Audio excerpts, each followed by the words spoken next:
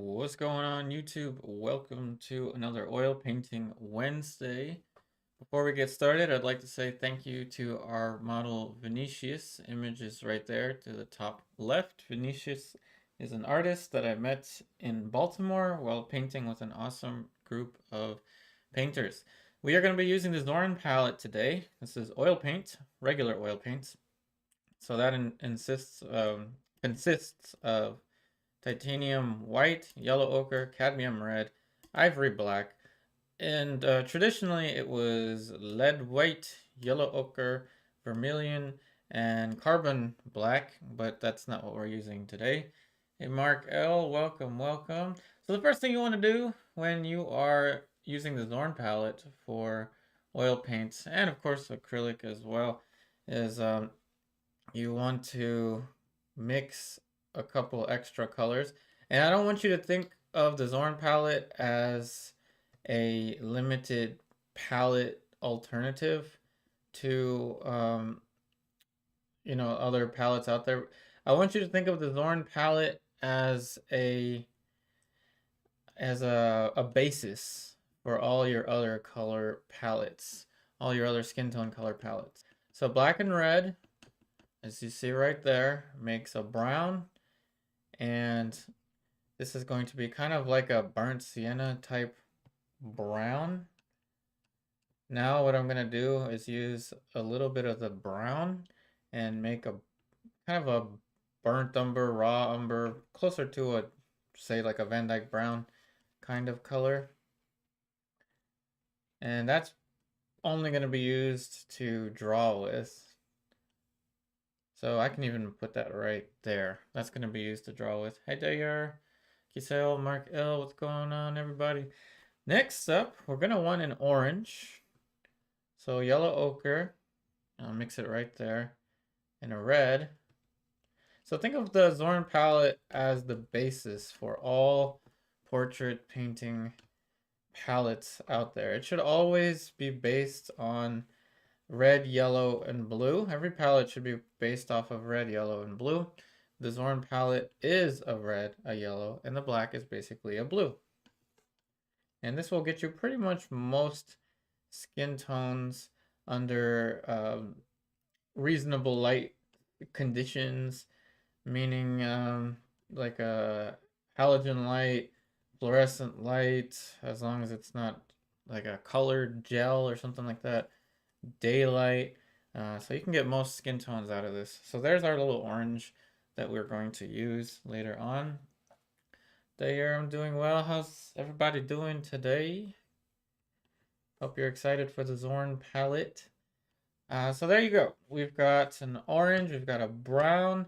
Now for the green, we're going to mix that down here. Green, you will get that color with yellow ochre and black. So quite a little bit of pre-mixing is necessary in the beginning for the Zorn palette. You basically want to create an orange, a brown, and a green, because you don't want to have to go back and forth, creating these colors. So there you go. There's your greenish color. And you can alter any one of these colors however many ways you want. Hey Wagner, thanks for watching from Brazil. Now we're going to get started with the painting. So I'm going to use a size 2 filbert bristle brush. Going to use our little drawing color here.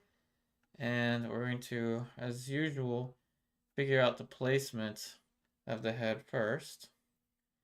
So say the top of the hair is probably going to fit somewhere about there. Bottom is going to be here. And the corner of the face will be there. Other side of the head will fit right there. And that's pretty much going to be the placement of the head.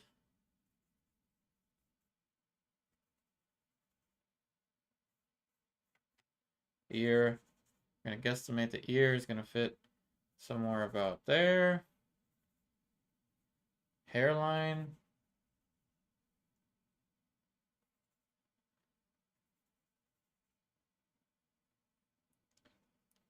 concavity of the eye socket, which also gives me the position, which it gives me basically the center line of the head. Now, of course, that means the ear is gonna drop slightly.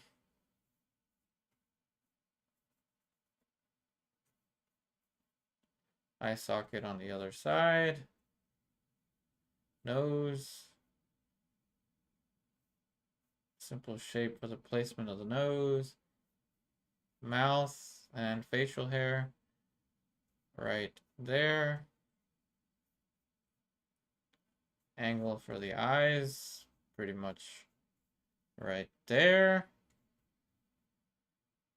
Like I said, this is kind of like a burnt umber type color that we mixed for the drawing color.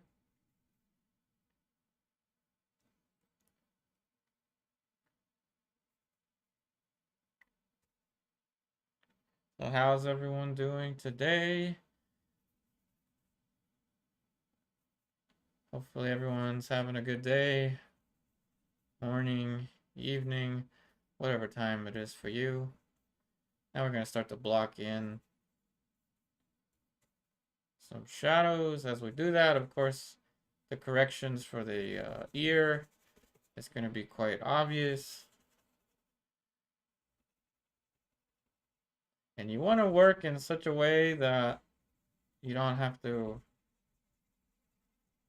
depart from the painting process to do too many measurements. You should train yourself to be able to see the placement.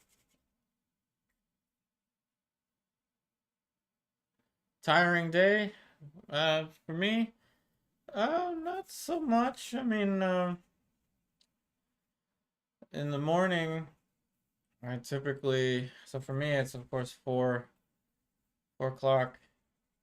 So in the mornings, I typically, I try to go to the gym Wednesdays and Mondays, Wednesdays, and Fridays. Try to go to the gym, which I didn't go today. I wasn't the best person I could be today, but I did go to the billiard academy to do some training. So did some training at the billiard academy. Our season is going to come to an end in a couple weeks, and we want to be first place in the academy. There's only 4 teams, but we're kind of fighting to stay in first place. So other than painting and pool, really nothing much else. Nothing much else. Okay, facial hair down here. Facial hair up there. It's 11 o'clock ignite over there. Wow, it's late. Hey Helen, welcome, welcome. Giselle watching while having supper. Don't forget to exercise your brain. That's true. That is true. This for me is kind of like exercise for the brain. Multitasking, which is not, it's not so much multitasking if you do it constantly. You just get used to it. So the placement of the head is pretty much established now. The features will move around a little bit, but overall this is a decent placement for it. Hey Paris to Art, welcome, welcome. Not using any medium right now, though eventually I will use a little bit of Neo McGilp medium, but not just yet. I don't need to, not yet. So now we're going to introduce color, the skin color. I'm going to use a different brush, and we're going to use the skin color light brush, dark brush to draw with.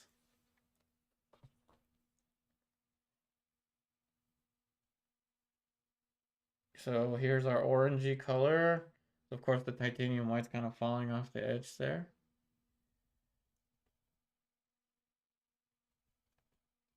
A bit more of the yellow ochre. Use the green. This is why I said remix them. Otherwise, having to go between the black and the yellow is going to be a kind of a task, a difficult task. See how the paint's a little bit kind of dry? That's okay. I actually want a thicker layer in the beginning anyway. So I'm starting off with the accents of light. So I see a more pronounced brow ridge right here, and the forehead kind of tapers back a little bit. A little bit more of the green, white, tad bit of the black.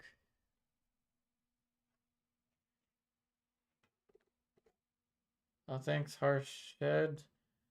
Yeah, the Zorn palette is a great uh, reminder of how important the red, yellow, blue is. Because the Zorn palette is nothing more than red, yellow, blue.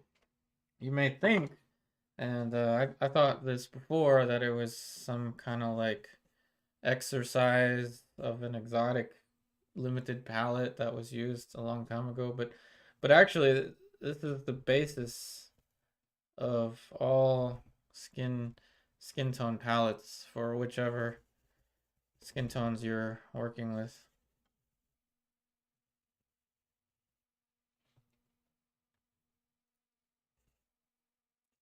This is going to help me draw the outside shape of the face.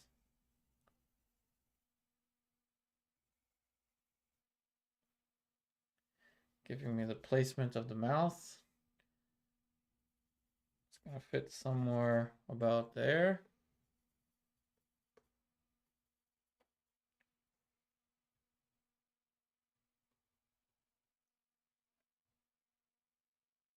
Seeking special awareness is important.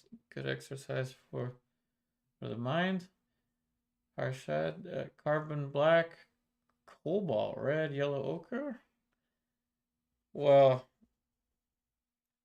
really, as long as it's cadmium red or some kind of bright red, it'll work just fine. You don't have to use cadmium. You could use a cadmium replacement.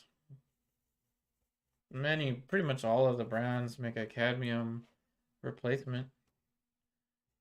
Facial hair. And we might as well throw in a plain. The paint is extra thick today.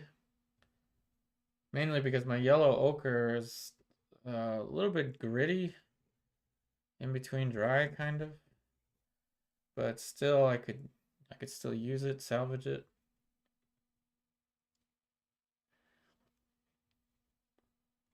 Yeah, cadmium. I mean, you don't need it. You don't need cadmium these days. You really don't. But I'm just kind of showing you what you could do with the Zorn palette. You could do this as well with the water mixable oil paints. Doesn't have to be specifically any one which way. The Zorn palette is pretty much what I use with the soft pastel. Not so much with the oil pastel because you need more with the oil pastel. Throwing in some plane changes here. Nice and simple plane changes. Keep your shapes simple and easy. You know the rest. So cellular spatial awareness is often associated with visual processing, and the term visual spatial is often used to describe this relationship. Oh, I wonder if that's why maybe that's why I'm not so good at pool. Though I work on it. I've got days where I'm somewhat decent at it. Other days where I'm terrible at it. But of course, this is a painting channel. Nothing to do with pool. Nothing to do with 9-ball. 1-pocket or 8-ball.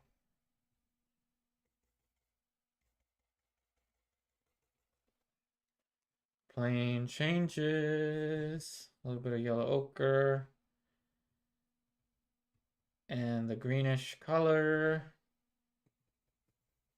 Nice and simple.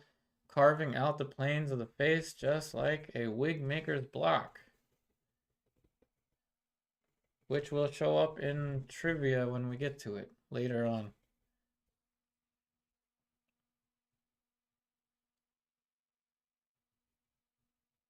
More of the white. Like I said, I'm using cadmium red. I'm not using lead white.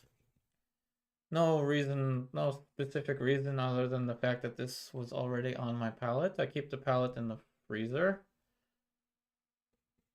throughout the week, and it keeps the paint from drying. If I was extra careful, I would keep it in a freezer inside of a plastic container to block out the air. Because as we know, the freezer doesn't block everything out. But it's pretty good at blocking out lots of stuff.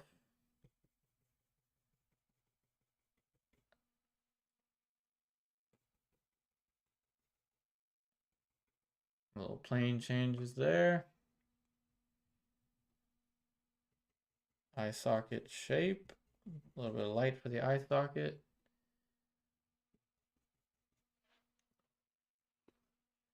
Gonna go back to the dark colors. Eyebrow. An accent for one eyebrow. Accent for the other. A little bit of the red into this mixture. Push the warmth of the shadow for the eye socket. Same thing on the other side. More of this greenish, which is again yellow ochre and black for this plane.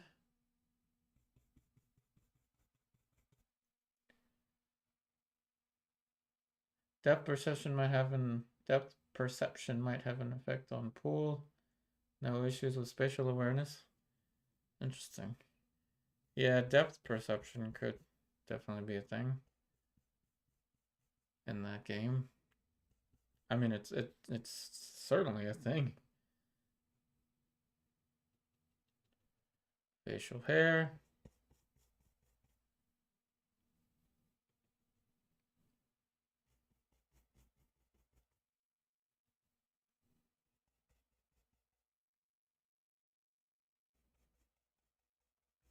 Keep your shape simple and easy, such that when the time comes to make changes, those changes are simple and easy to manage. That is one of my quotes, probably not the most original, but I will quiz you on it during trivia. So when I say, what is that maybe not so original quote of mine that I always say about simplicity, that will be probably a 3-pointer.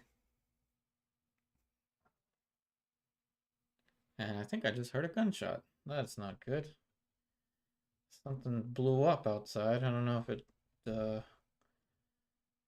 I don't think it picked up on the camera. No clue what that was. It's probably a transformer that just blew up.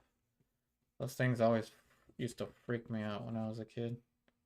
Sound like gunshots or some kind of explosion.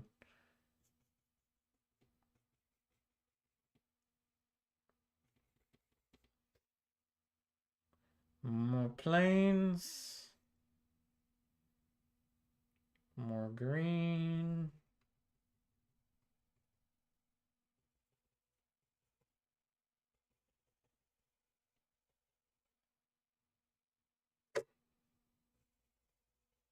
Again, thank you for the model, Vinicius, for letting me paint your portrait today.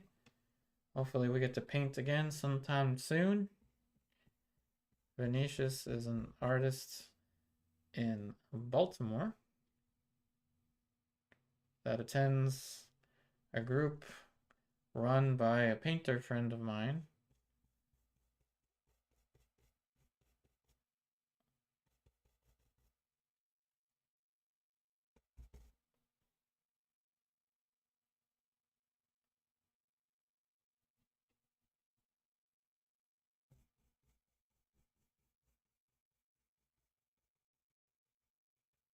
Simplicity is key here. Now we can vary the color a little bit. Go towards the reds. Start to add some color variation here. I'm working on an 8x10" oil primed linen from the Centurion brand. A little bit of plain changes here and there. Accents for the eyes coming right up.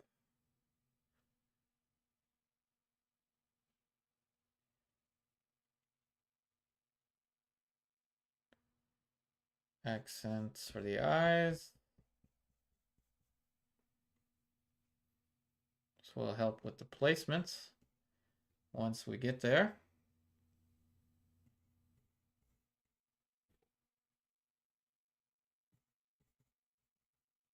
Of course, we're nowhere near there yet.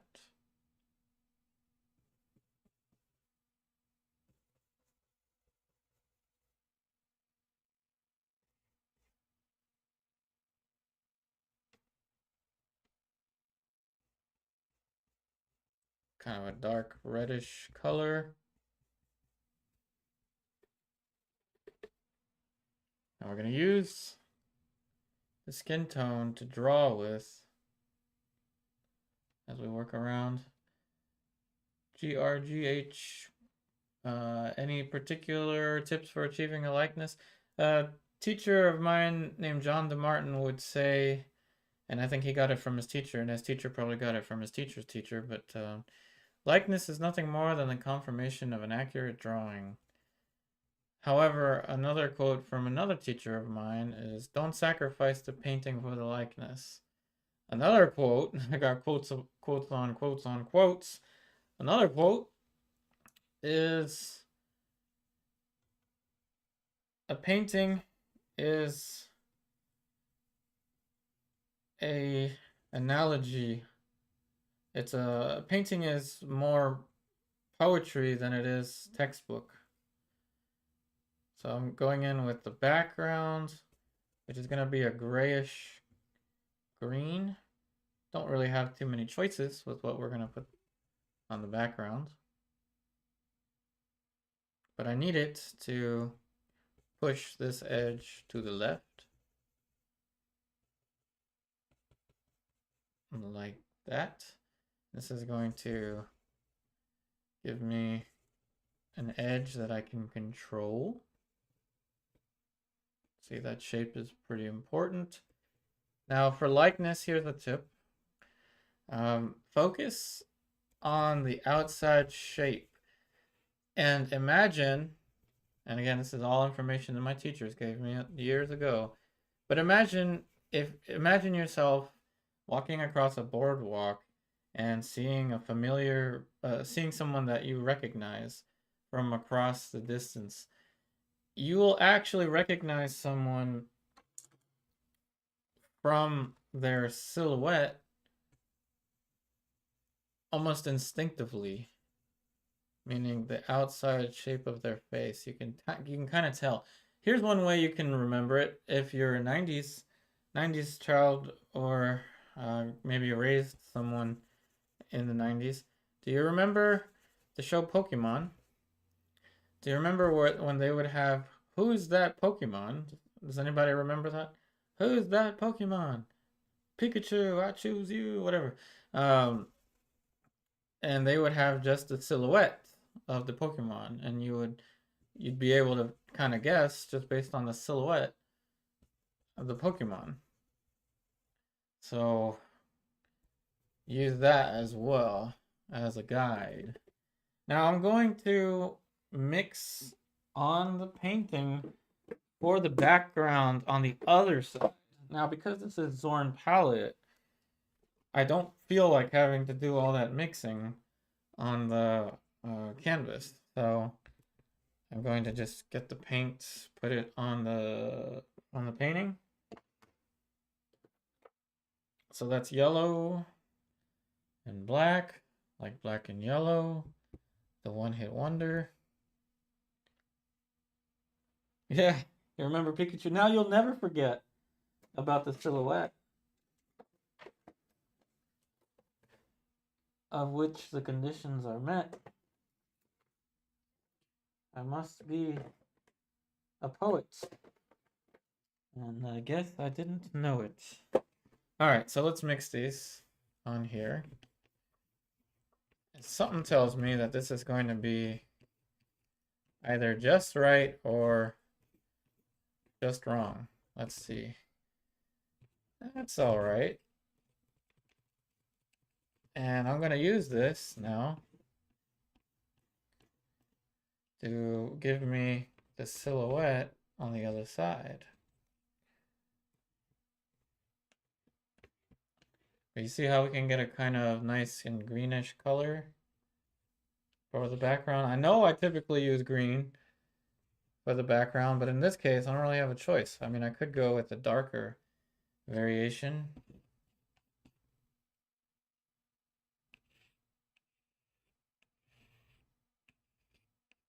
And that's all right. Now we're going to make a little more of that color for the background. And if you don't have one of these tools, they're pretty useful. This see that? Pretty useful tool. So once again, yellow, black and yellow.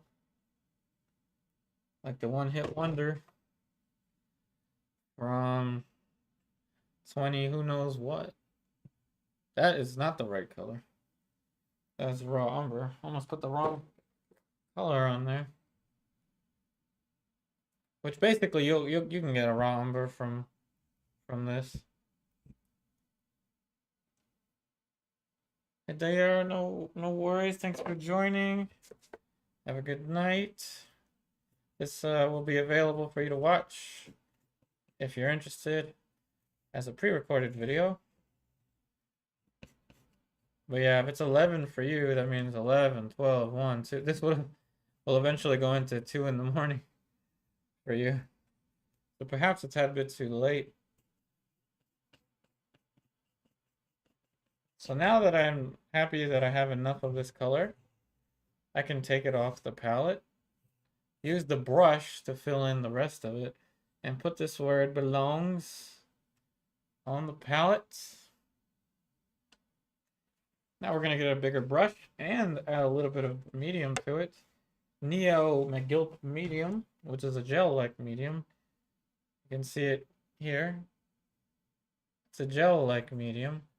So it increases the fluidity of the paint without eating it like the odorless mineral spirits would do.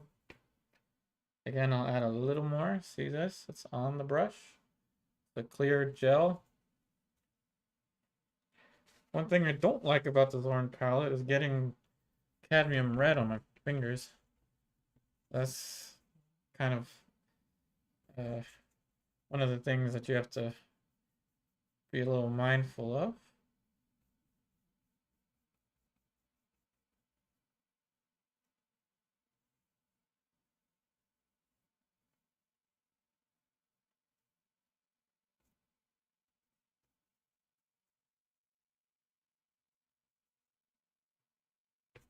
And that's Zorn palette green.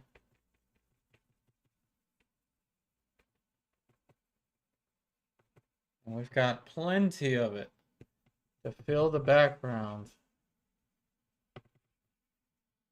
And of course, we're going to use the Rembrandt convention.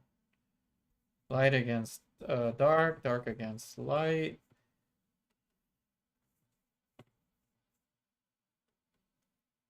Hey, Susan. Thanks, Tayar.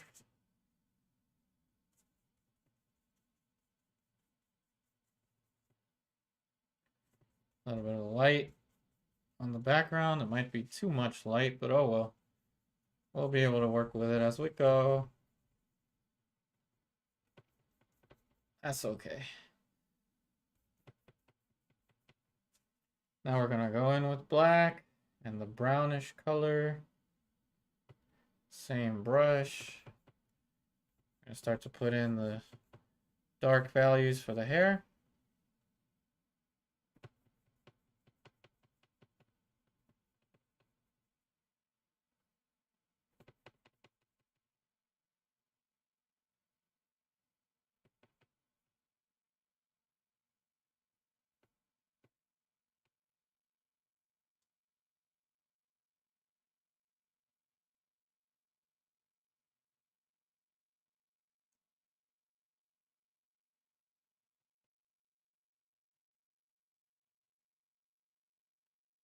Dark values for the hair. Let some of that light eventually shine through for the highlights of the hair.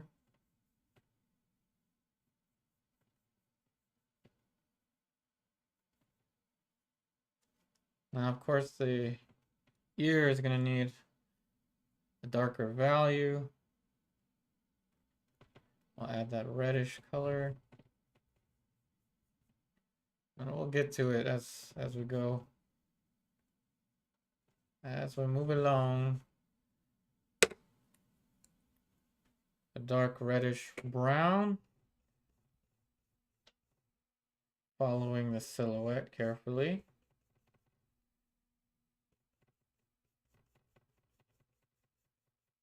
Giving us this negative space that we're looking for.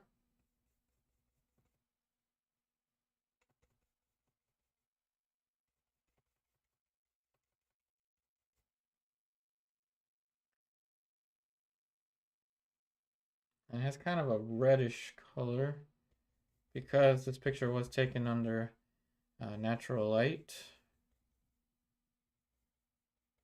The picture used for the painting. Add some of the black. Start to add in the shirt. And then we'll go in with the smaller shapes for the face.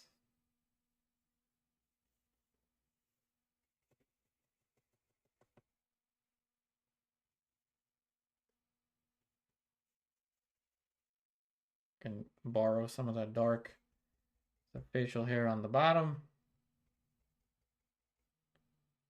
Glimpse of an eye.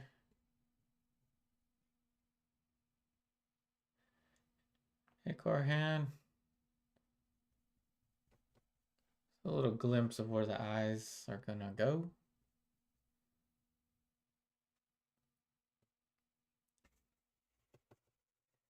So I changed the title of tomorrow's video from realistic lion or a tiger to a realistic lion. As it was suggested that I paint a lion tomorrow, so we're gonna paint a lion.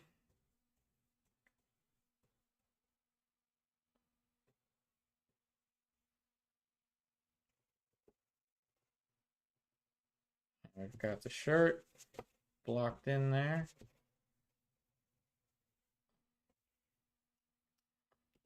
Back to the smaller brushes. White mixed with this lighter skin color. Now we're going to have a string of values, which I used to call color value web. So whenever we get into trivia, remember my simplicity quote is keep your shapes simple and easy, such that when the time comes to make changes, those changes are simple and easy to manage. Another one is strings of value. I used to refer to them as color value webs. Those of you that are going to participate in the subtlety trivia, when we get into subtlety, color value web is what I used to refer to these strings as. Now I just call them strings. little bit boring, but that's what I call them. What you know they're usually called. Now, these both will be 3-pointers, so someone is paying attention and will actually end up getting 6 points if they get both of these.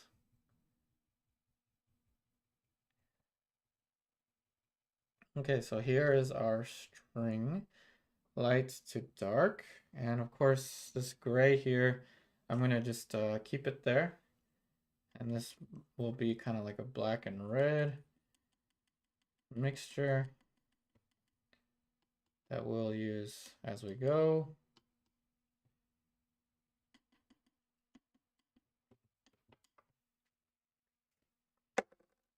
Okay, so we'll go back to this light. A little bit of light for eyelid, upper eyelid, on the other side.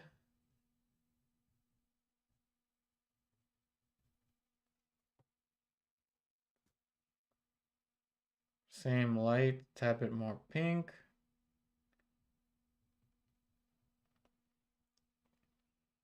Down here.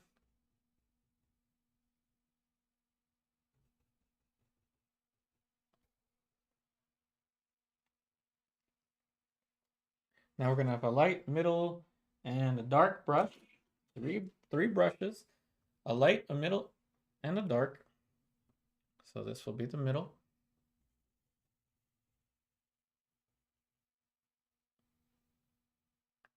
Tap a bit more of the orangey pink.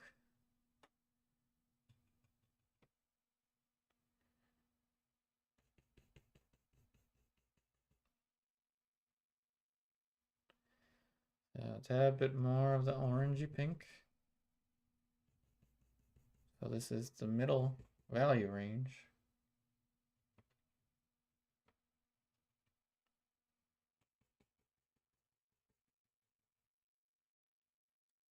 Now be mindful that the Zorn palette consists of 2 opaques and 2 transparents.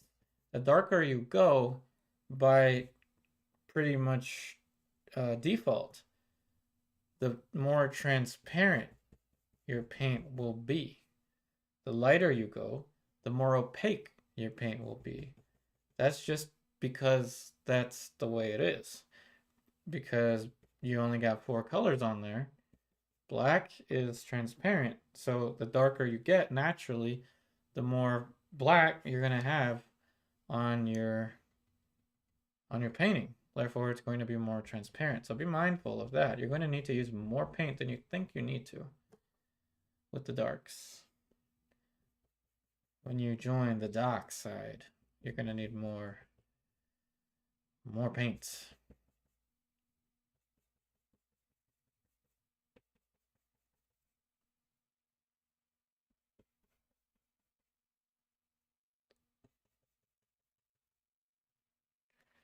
Adding plane changes.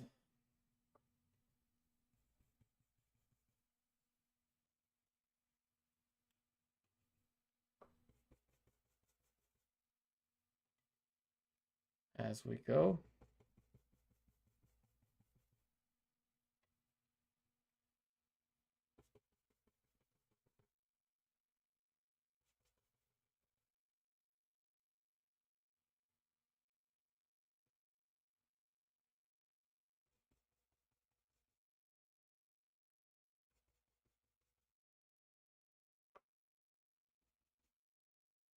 So dark, middle, and light brush.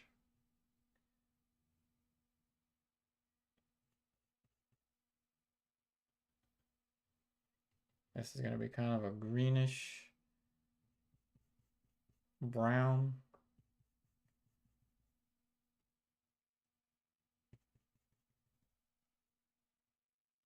I'll use the dark brush.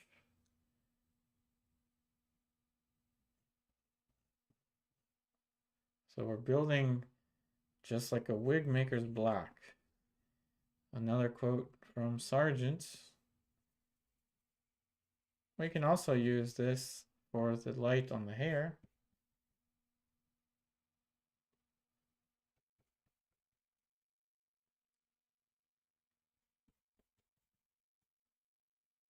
skin tone can be used for the light of the hair. Push the light a little bit on the neck.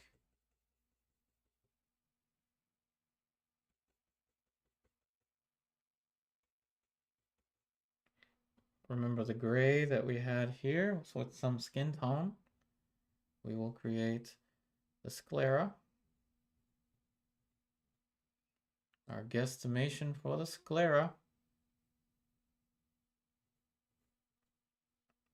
On one side, what you do to one side, you want to do to the other.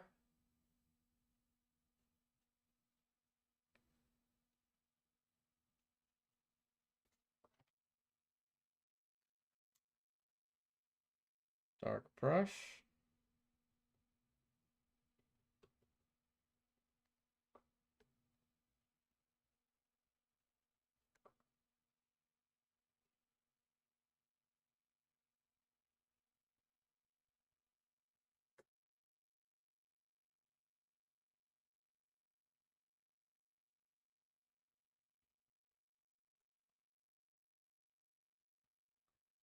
Now, no subtleties just yet, no details just yet, but we are throwing in traces of where the crease for the upper eyelid will eventually fit.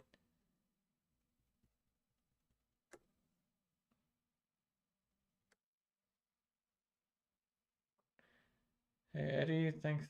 Eddie Rodriguez, thanks for watching from Arizona.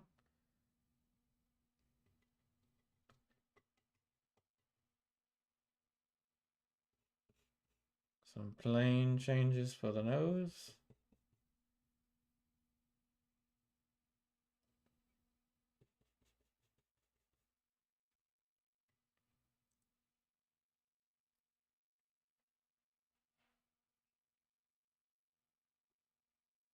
Jake, not sure what you mean there.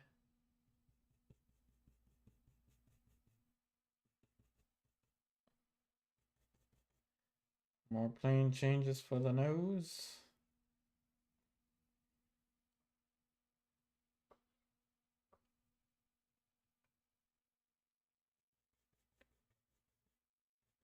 This is the middle brush. Now we're going to switch over to the light brush. And now, once we start to add light, you're going to learn something else about the Zorn palette. White is a coolant.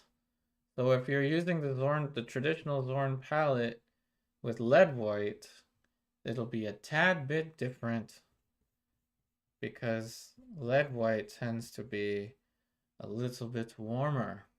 So as we go lighter, you're going to see that the skin tones and the light are going to get cooler. Hey Zara, thanks for watching from Iran. Welcome, welcome.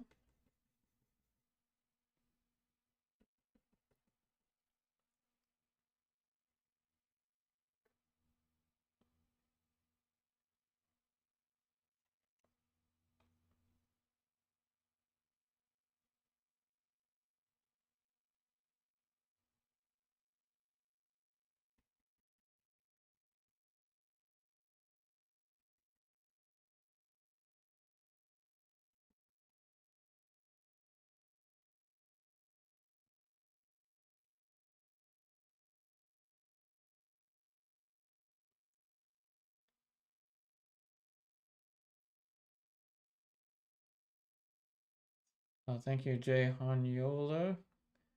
Glad you like the Zorn style.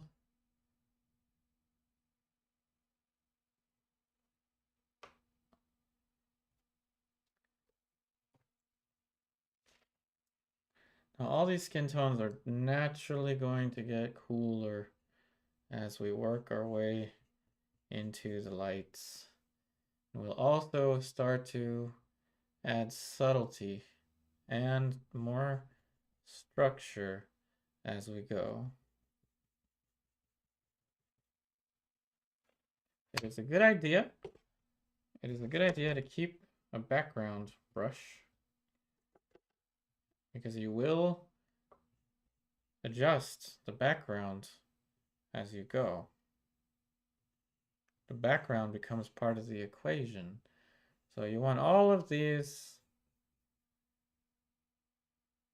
shapes to interact with one another, to bounce ideas off one another. That way you maintain more harmony in your painting.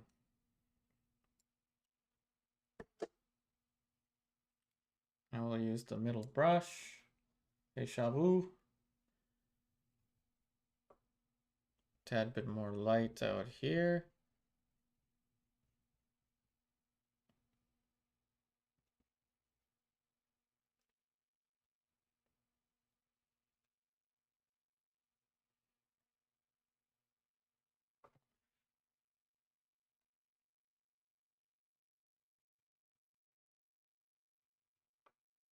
And let everything get slightly cooler.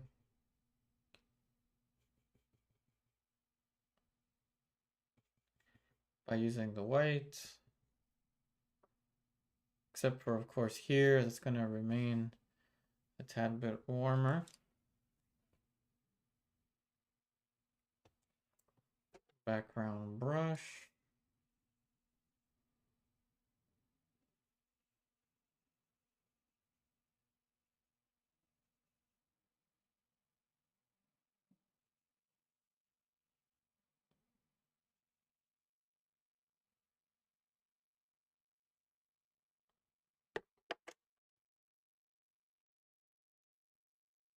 More of the greenish color will be borrowed, painted directly down here.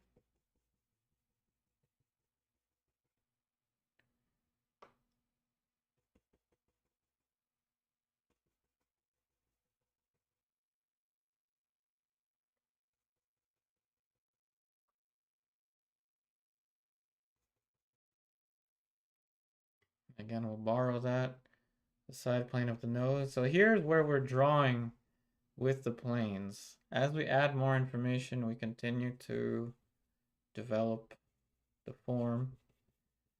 And as a result, we will add more accuracy to the shapes. But you see how important those mixtures were in the beginning. Very important. Thanks, Zara. Now I'm looking at the same information. I'm looking for the same information that I would be if this was a linear drawing. But instead I'm working with shape. So I see that this can come out a tad bit more. Just like you would do that correction if it were a pencil drawing.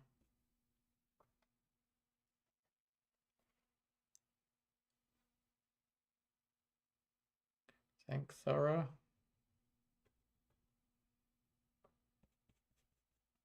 A little bit of a color change for the bulb of the nose. Nice and simple there.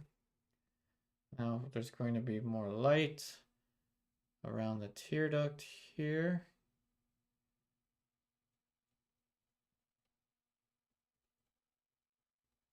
Teachers typically say to use a smaller brush, a bigger brush than you need.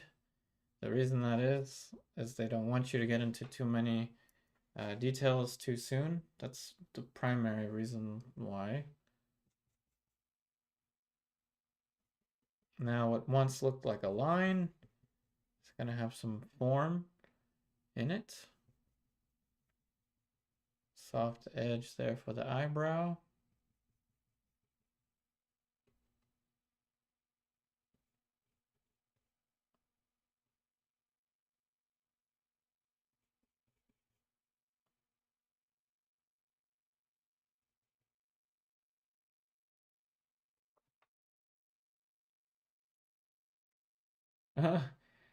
Hey Jay Honyola, oh, thanks. Don't worry, I got plenty of time. We've got plenty of time to ruin it. It's all good. I appreciate the comments.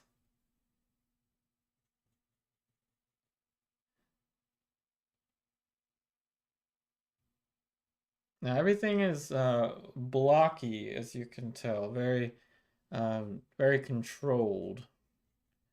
And we will continue to build the subtlety, even though you may want me to, you may want to stop at this point. I want to show you how we can build from this type of start.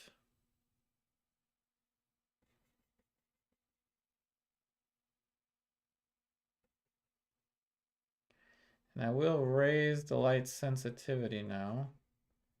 I'm starting to see some discrepancies with my monitor to what I see.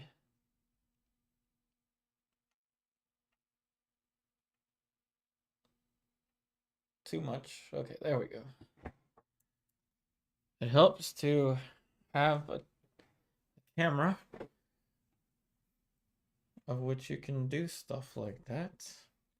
Now what we're gonna do is soften things as we start to get into the subtleties, which happens around the first hour. So we start to soften things and continue, of course, to build specificity.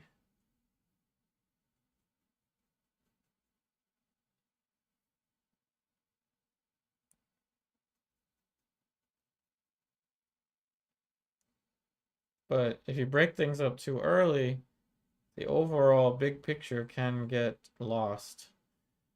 So I waited long enough to start to uh, depart from the bigger shapes now to get into the smaller ones. And just like clockwork, this is almost always, with each material, this is almost always right before the first break. Anyone that may be new to the channel, these are 3-hour streams with one break every hour. Every hour we take a break. It's important to take a break because if you spend too much time looking at your painting, you're not going to see things that you would see if you take a break. Now, if you are painting with an art group, this will also help you learn how to manage your time as you work. For me, doing this on YouTube, this is my job. For me to do this on YouTube, I understand what to do within the first hour. Get the big shapes, cover with light and shadow, build my way towards the subtleties, and then begin after the first break with the subtleties.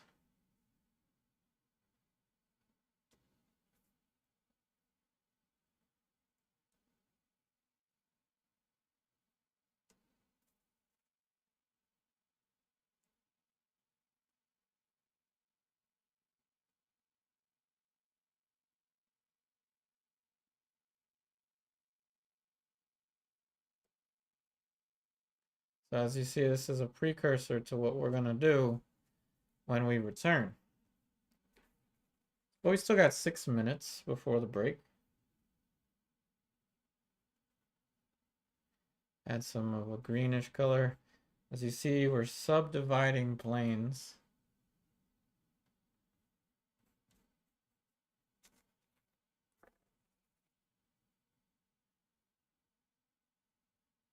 And as we add new information, we continue to refine the light and shadow specificity.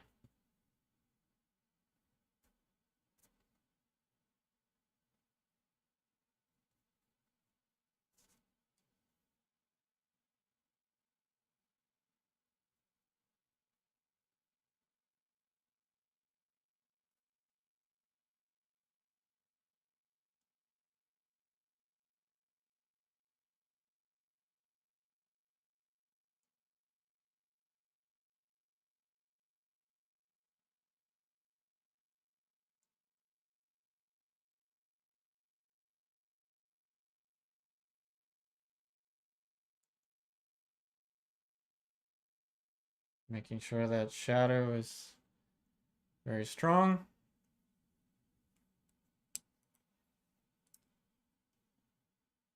So again, all of these shapes are we're going to add smaller shapes onto these bigger shapes, maintaining the freshness and the fluidity of the start throughout the entire painting. No matter what palette you use, it's no different with the Zorn palette. No different at all.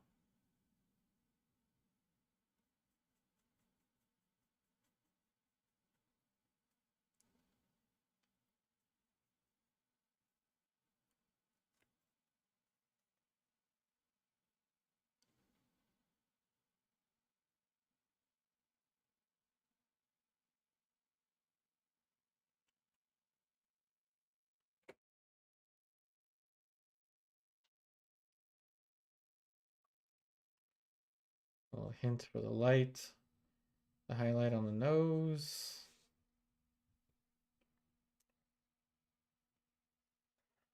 Now, of course, there's some of the gray of the canvas still showing on the bottom, so we can cover that now.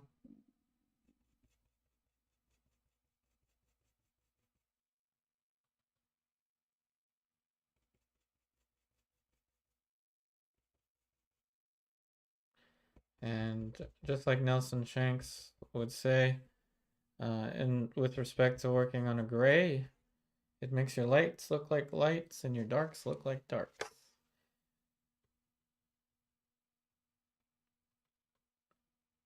It's easier to control the value range if you have the ground be neutral.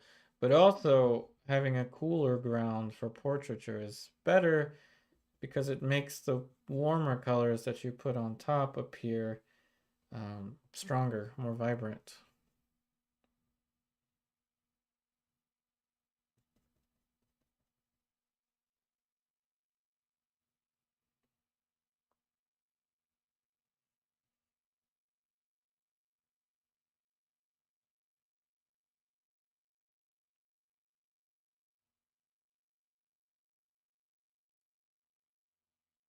And we'll use this skin tone for some of the light on the facial hair, which gives subtlety to the facial hair.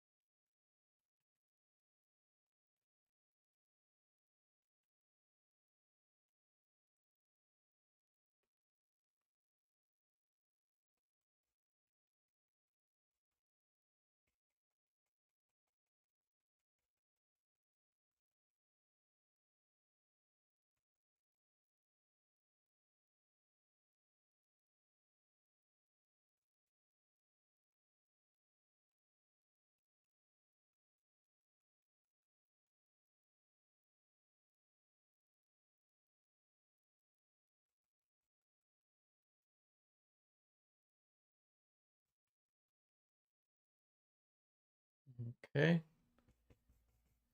So it has been now 1 hour that we've been painting here.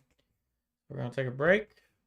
Anyone that may be new, I play a video of my Shiba Inu, Hugo. He knows quite a few doggy tricks. So Hugo, my Shiba Inu, does his stunts for you during the break. And when we return, we will commence subtleties, get into the subtleties of this painting, and we can also begin trivia at some point in the next part of the painting. So once again, don't go anywhere unless you absolutely have to, and we'll be back in just a couple minutes.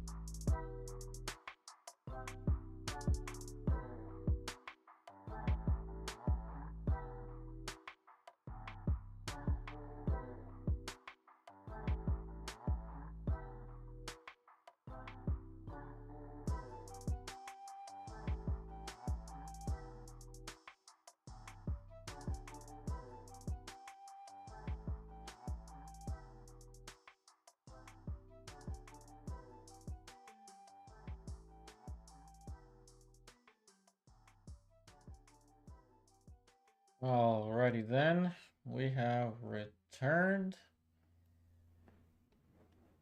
from the break time, and now we can commence subtlety. But I won't start subtle trivia just yet. I'll start it a little bit later on so that we have some more time to talk about painting process here. Also, I think it's a tad bit more competitive when we start it a little bit later in the stream.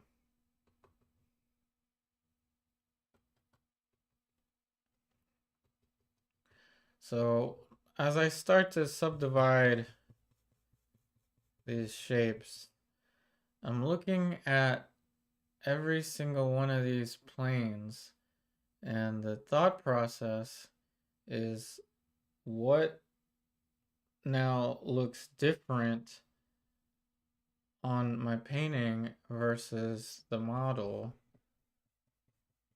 As I move my eyes back and forth, looking at the model, painting, you create kind of like an animation in your head. So you look for things that vary. Hey, Lewis Wolf.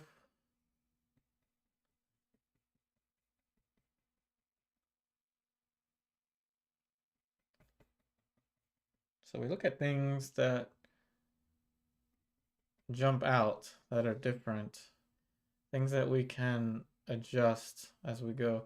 Now, obviously, the eyes are going to need more subtlety, so that's not exactly what I'm looking for just right now. What I'm looking for is any little thing that could be different in terms of the big picture. Now, obviously, I needed to add that back as we cut into it earlier today. Now, looking at the nose, for example, I can see, moving my eyes back and forth, I could see that perhaps we could have a little bit more of a curve here. So create kind of like an animation in your head as you move around. Yes, the Zorn palette was one of the most toxic palettes in history, the traditional one. Vermilion and lead. For vermilion, the replacement for vermilion is cadmium red, which is also toxic. So this is the toxic palette. Indubitably, it is a toxic palette. But you could use a cadmium replacement. Every company basically makes a cadmium replacement.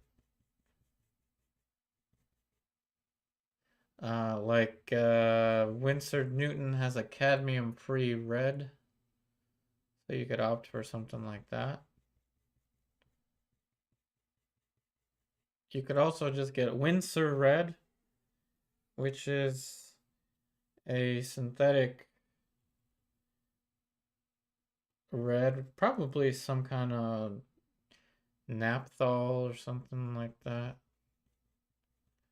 There's a curvature we're starting to add for the nose. Then there's going to be a tad bit more light.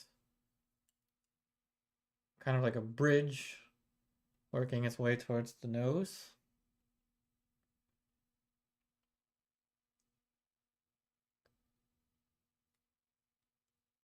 This is titanium white. Not using flake white. Not for any safety hazard or anything like that, but just because it was already on the palette.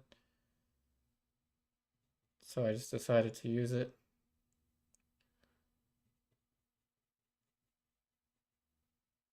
So this is kind of the modern day Zorn palette. Titanium white and cadmium red.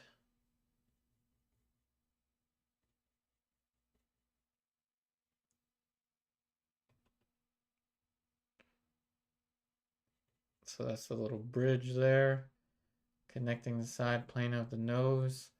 Now there's going to be more of a darker, there's going to be a darker value here for the glabella.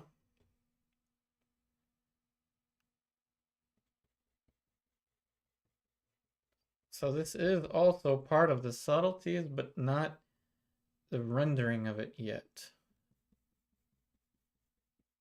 in terms of rendering, you're describing curvature. You're basically describing how the light is moving around.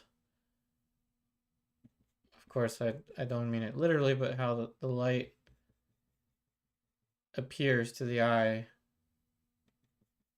So this is lighter, this is not as light, this is bright, but not as bright as that. And that gives you the directionality of the planes.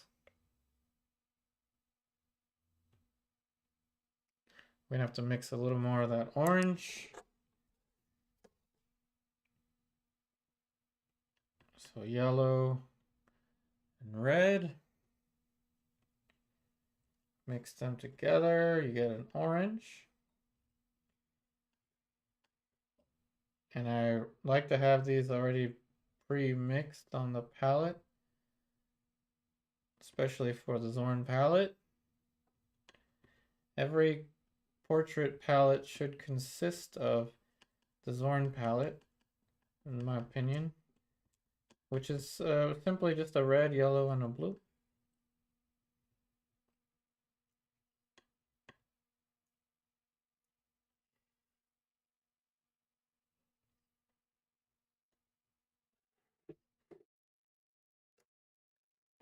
Michael Harding has a genuine vermilion. $350 for a 40, yeah, for a 40 mil tube. I'm good. Maybe. I'm not sure why I don't think they would, I don't know. I don't think they would price it that high just to keep people away. I think it probably just costs them a lot to make it. I think it's an expensive pigment to get. So I'm sure that might be part of it, that they want to keep people safe. Could be part of that.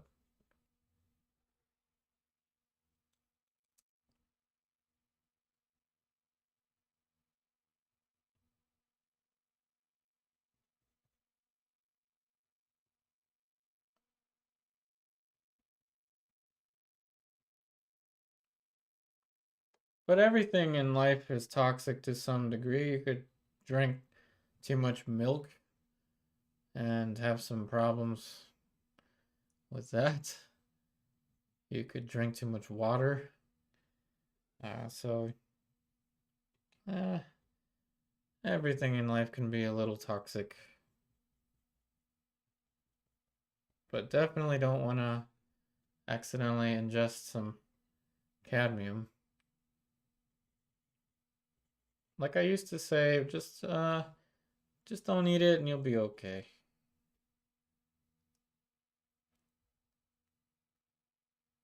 Oh, you're thankful it's that pricey so less people buy it. Yeah, well, that's a good thing too. Try to keep people well, if someone's gonna buy an oil paint and misuse it, like accidentally get it in their coffee or something like that, and then drink it, you know, that could be an issue even with yellow ochre.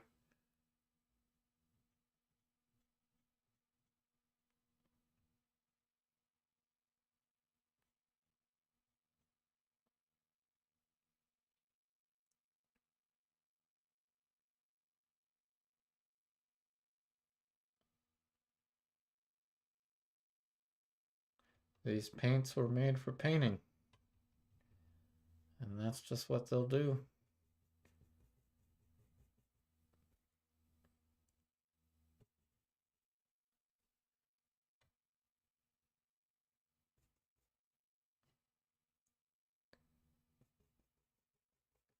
Plane changes here.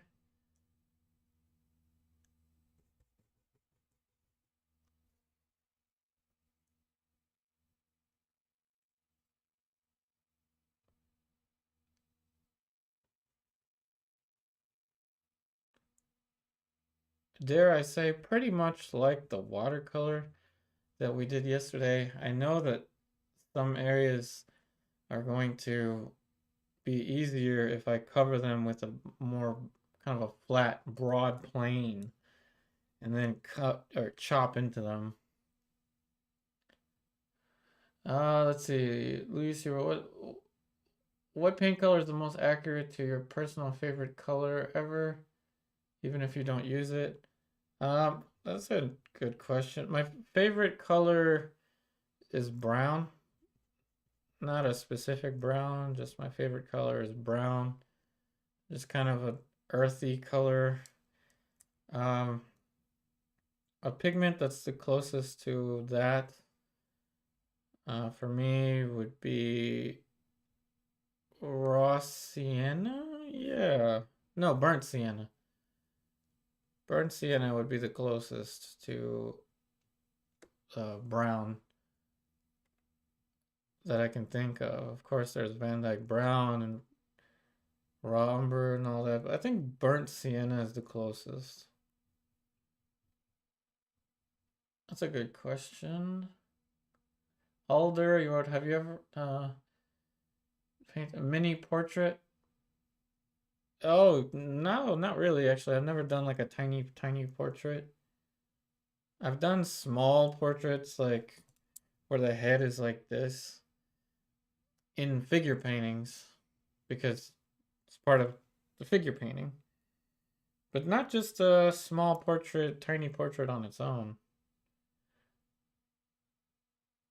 For a portrait, 8 by 10 is probably the smallest I'll go. I mean, I could do 6 by 8, but I don't like to paint any smaller than that.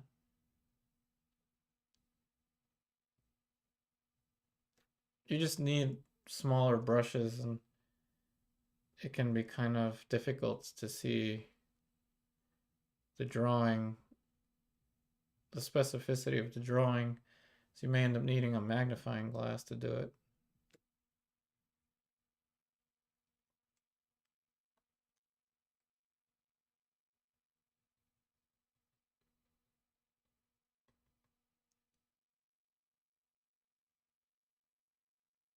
Yours is golden, acrylics, manganese blue. Cool. Oh, you gotta go? Oh, no worries. I'll see you tomorrow.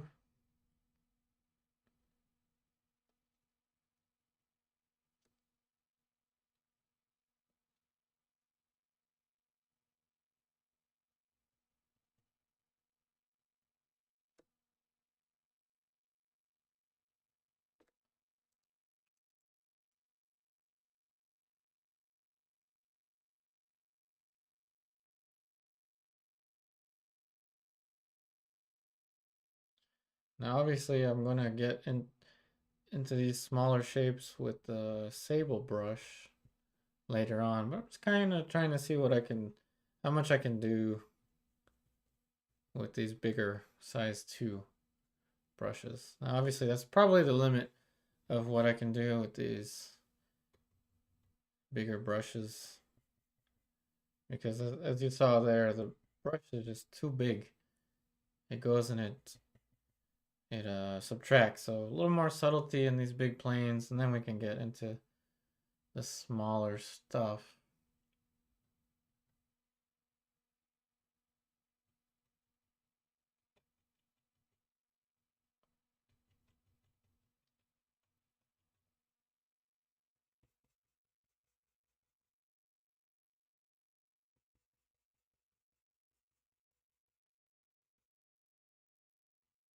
This plane needs to be darker and a tad bit more green.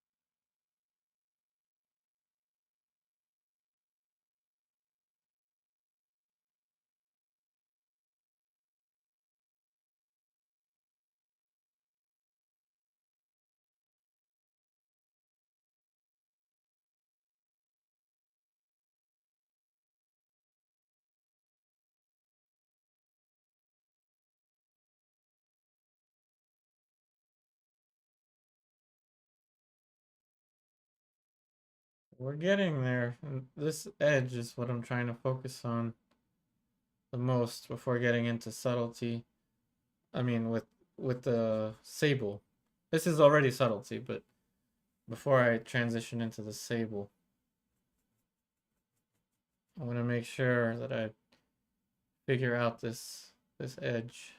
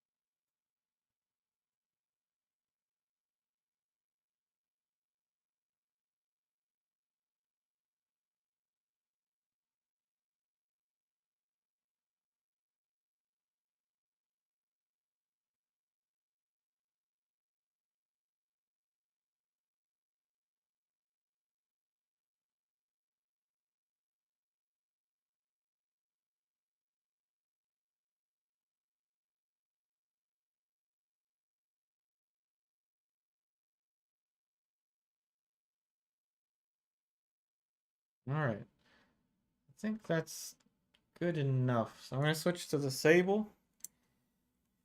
And we're going to start to work on the smaller stuff, which means we're going to now introduce subtlety trivia. Anyone that may be new to this, subtlety trivia is a game that I play with everyone during the subtlety stage of a painting, of which if you answer a question correctly, you will get a point. Some questions are more difficult than others, so some questions will have multiple points rewarded to said participants. We will begin subtlety trivia with the following question for 1 point.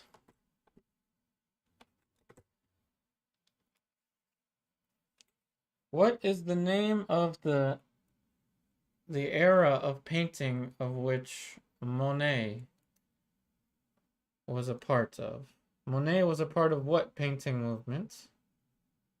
What era of painting was Monet in? For 1 point, first person that gets it right.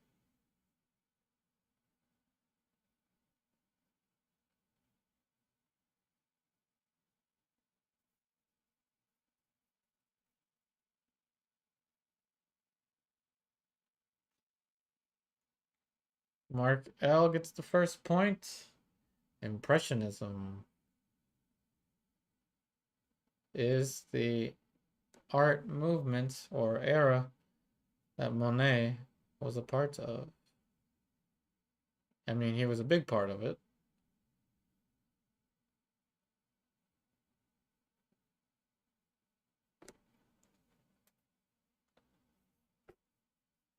Alder, so close. I know that sometimes the ads will get you so close. Next up for 1 point. 2 people will be awarded the 1 point. You must respond. You must be the first 2 to respond correctly. So next up for 1 point, this point will be awarded to 2 people. 2 participants will get this point. Name 3 artists associated with the Impressionist era. Name 3 artists associated with the Impressionist era.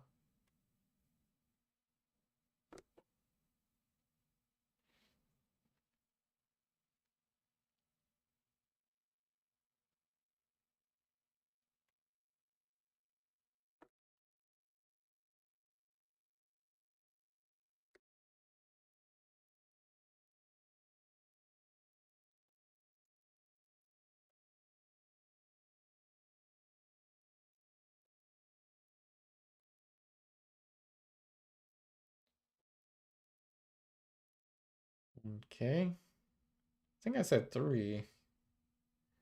Didn't I say? I thought I said 3. So 2 people will get it, but you need to name 3 of the artists. So Giselle gets 1. Alder, all you gotta do is name another one. So Giselle gets the first one. First point. Okay. There we go. So Giselle and Mark L get the point. So Giselle and Mark L get the point. Mark L leading with 2. And I'll probably forget the score right after that.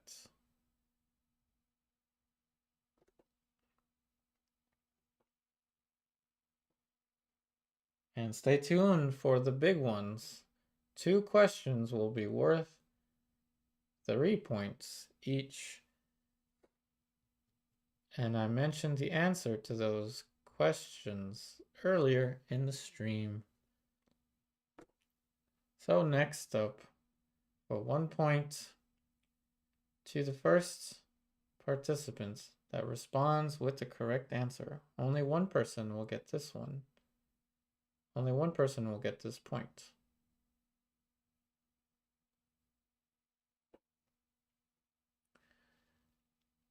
What is the name of the movement of which, or the art era? What is the name of the art era that Artemisia Gentileschi was a part of? Artemisia Gentileschi was a part of what era in art?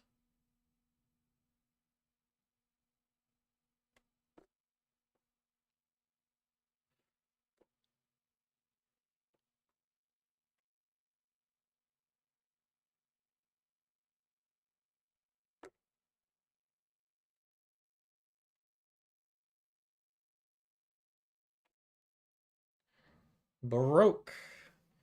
Baroque is the correct answer. That point is for Giselle. I know, it was a typo.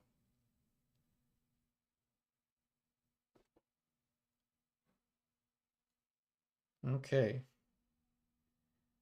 Next, for 1 point, 2 people will be able to get this point. The first 2 people to answer correctly will get a point.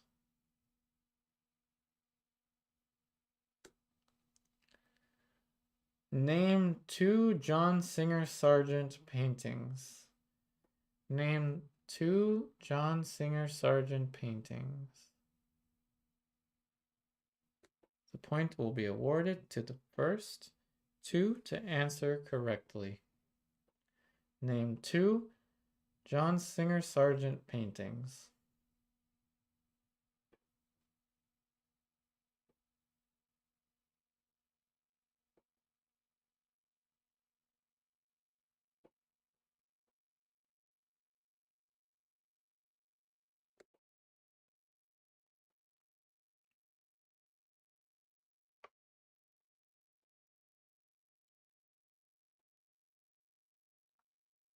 Night Watch. Is that a John Singer Sargent?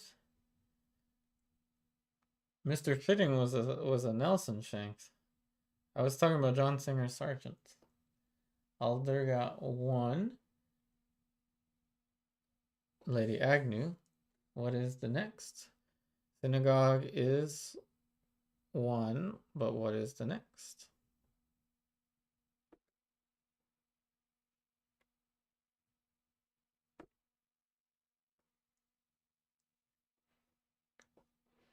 Mark L got the first.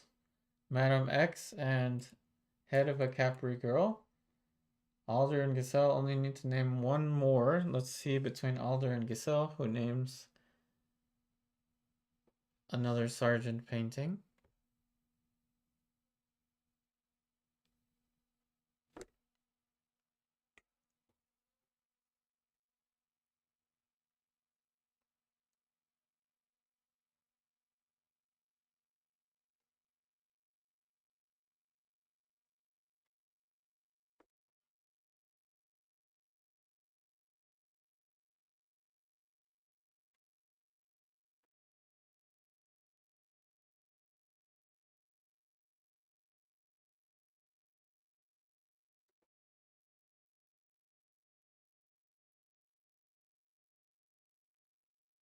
Okay, so Giselle wrote Madam X. So Alder, so close, Alder. So that one goes to Giselle and Mark L.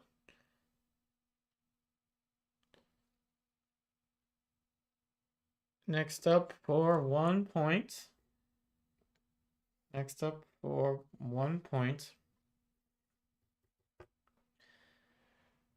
Next up for 1 point, 3 participants will get this point. 3 participants will get this point.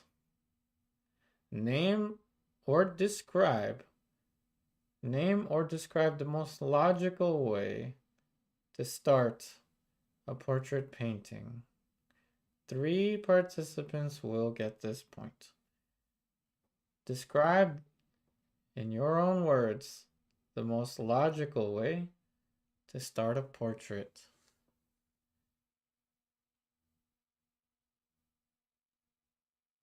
Jokes are also acceptable. If you make me laugh, you will get a point. Alder, no worries. It's the dancing Spanish girl, I think. El Jaleo. I think El Jaleo is the answer to that.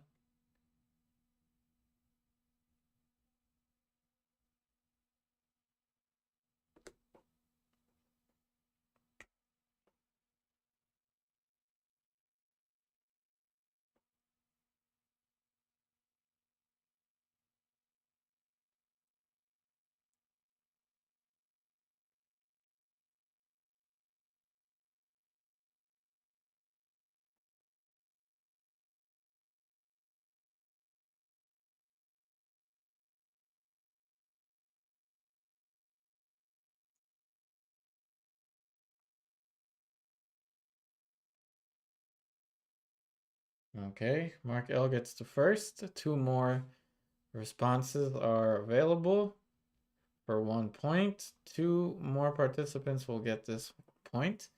Name the most logical way to start a painting in your own words. And yes, sketch the portrait, go dark, add the lights is a logical answer.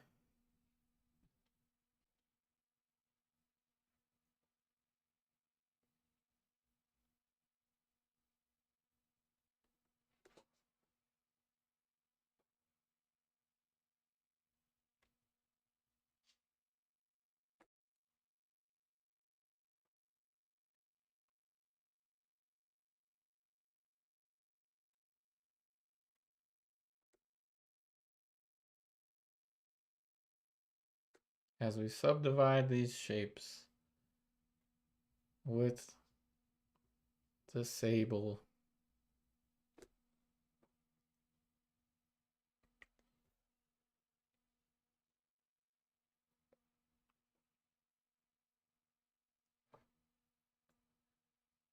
Drawing values, dark light, simple shapes, silhouette, subtlety.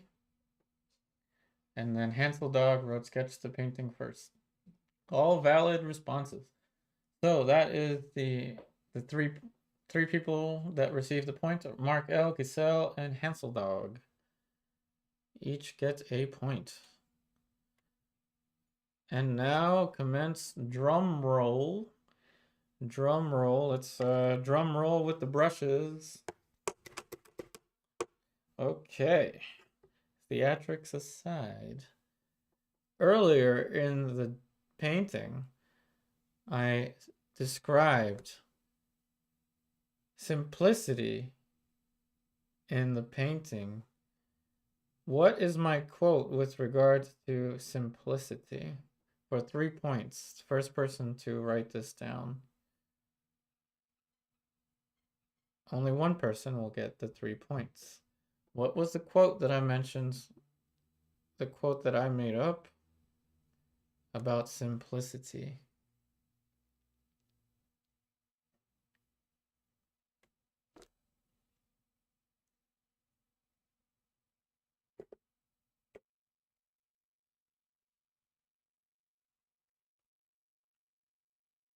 One person will get all 3 points. This is a toughie. Oh, okay. There you go. Giselle gets that one.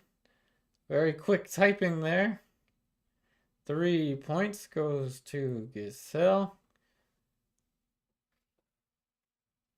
for remembering what I typically say. Keep your shape simple and easy so that when the time comes to make changes, those changes are simple and easy to manage. There you go. Giselle gets that 3-pointer.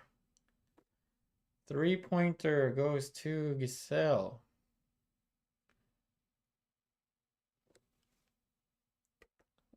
Okay.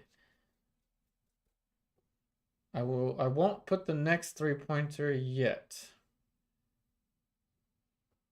Just to keep it a little interesting.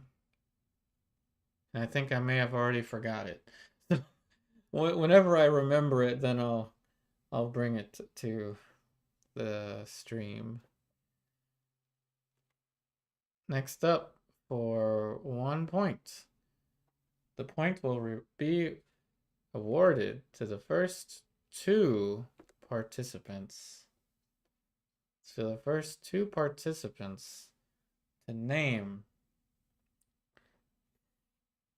3 Rembrandt paintings.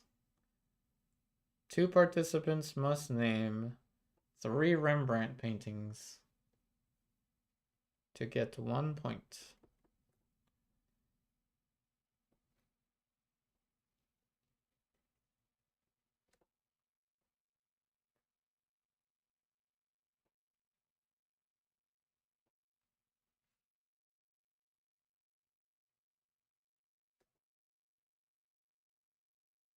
You could also make me laugh. Art jokes are acceptable. If I laugh, you get a point.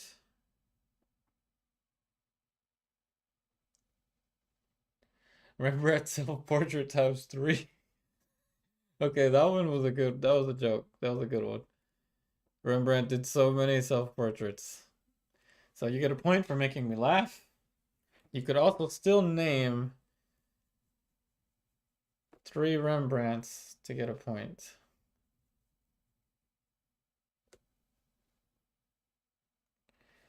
That one made me laugh.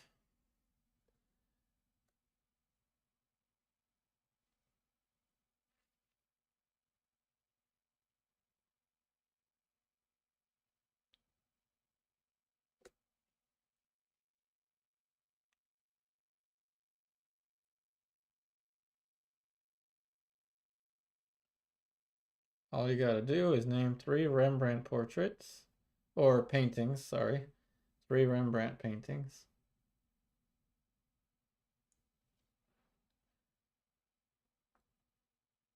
Giselle wrote 3 musicians, 3 trees.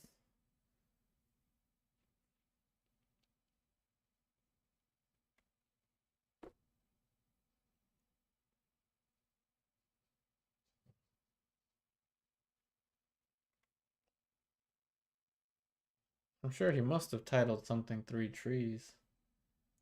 Alright, so that's 3. So Giselle gets that one. One more response is open. One more response is open. Whoever wants the point, come and get it. All you need to do is write down 3 Rembrandt paintings.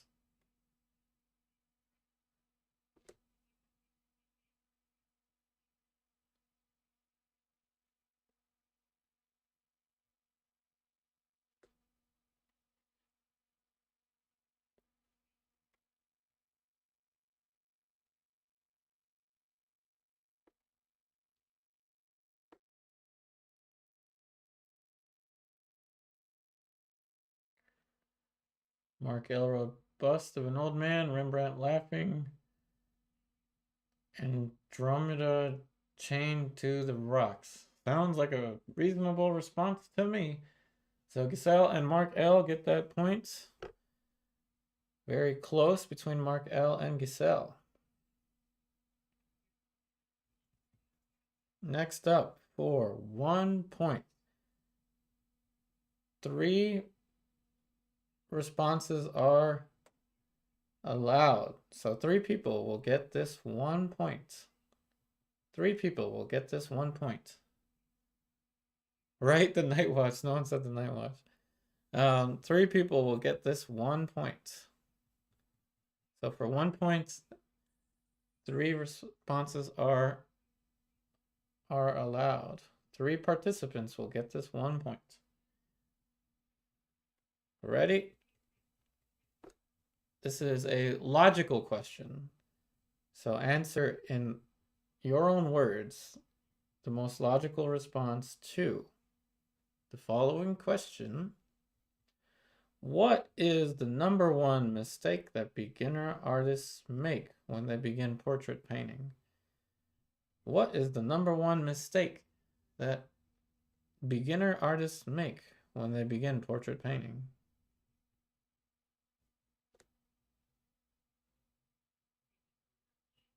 For 1 point, 3 people will get this point. Logical response in your own words. What is the #1 mistake that beginner artists make when they start portraiture?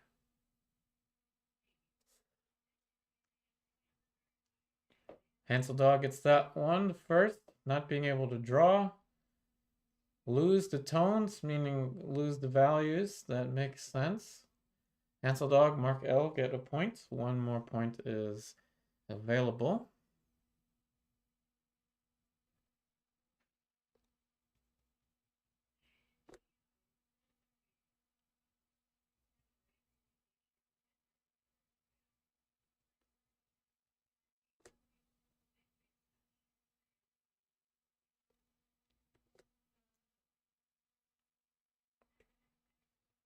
One more point is available. Giselle, that wouldn't be a mistake though. Capturing light and dark value wouldn't be a mistake. So the question was, what is a mistake that beginner artists make when they begin portraiture? 1 more response is available. Hey Jonas, welcome, welcome.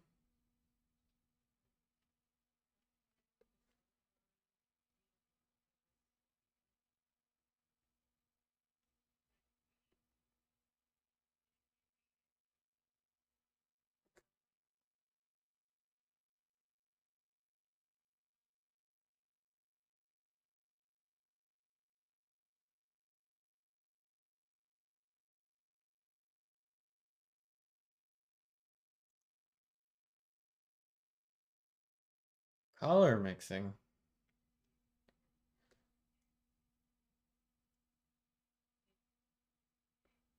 Well, yeah, color mixing, I'm not sure if that would be a mistake that a beginner artist will make. Color mixing wouldn't necessarily be a mistake, it's just something that you do. You mix color. You could make a mistake in mixing your colors. What would that mistake be? That's the kind of response that we're looking for. All right, Giselle wrote, don't know values. Okay, so similar response to Mark L, losing the tones, but in a different context. So Marx is the effect and Giselle is the cause, both of which are logical responses to the question, what mistakes will beginner artists make when they begin portraiture? So Giselle gets the 3rd point available. And now I can go ahead and answer multiple responses to mistakes that beginner artists make when they begin portraiture. #1, they lose light and shadow. #2, they worry too much about color mixing. #3, they don't know how to draw portraiture. don't know how to draw the planes. I forgot what number I'm on. They don't study anatomy of the face. They don't focus on the big picture. They begin details too early.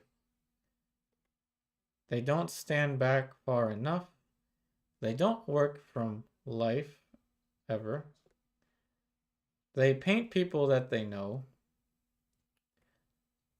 They paint pictures for relatives during the holidays. They give paintings away.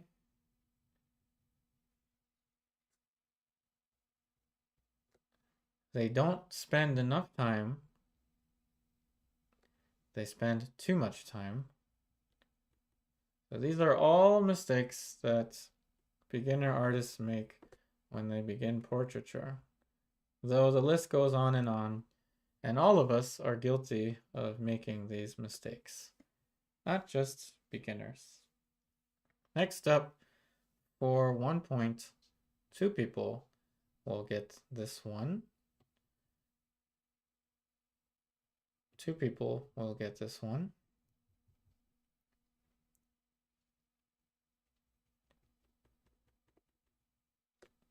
What 3 colors can you use to make skin tones?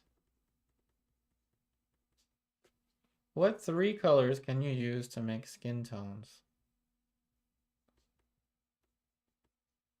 2 people will get this answer. 2 people will get this point.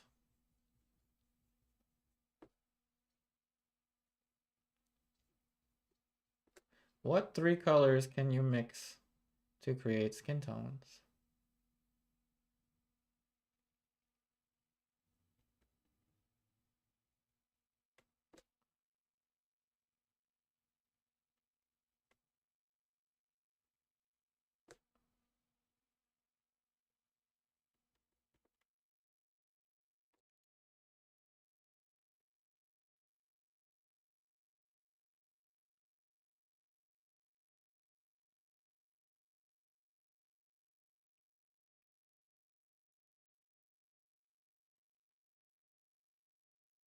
Jonas wrote new colors. Naples yellow.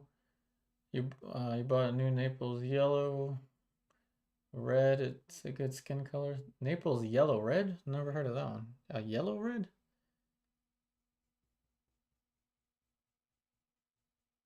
Never heard of that one. Sounds like a fun color to try.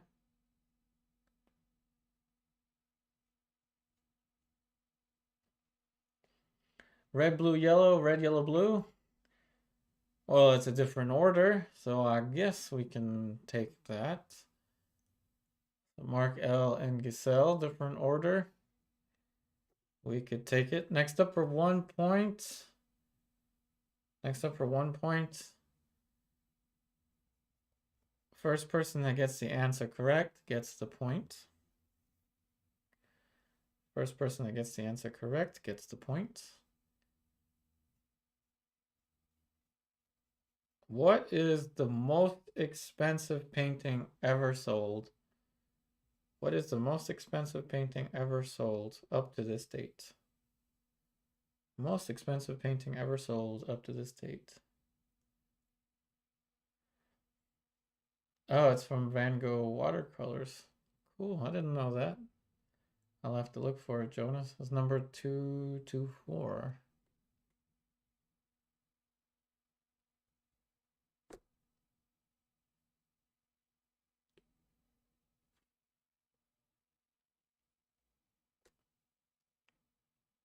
For 1 point, only one response. First person to get it right gets the point. What is the most expensive painting ever sold to this date? Hey, not Nick 0.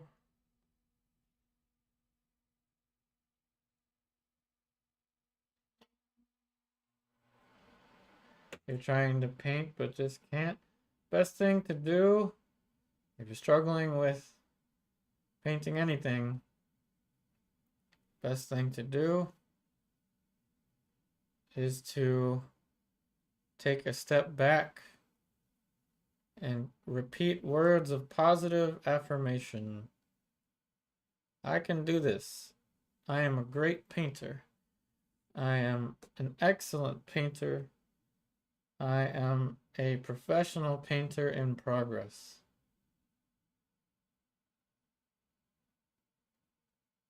If you put the time in, you will learn. You will develop your skills as you put in the time.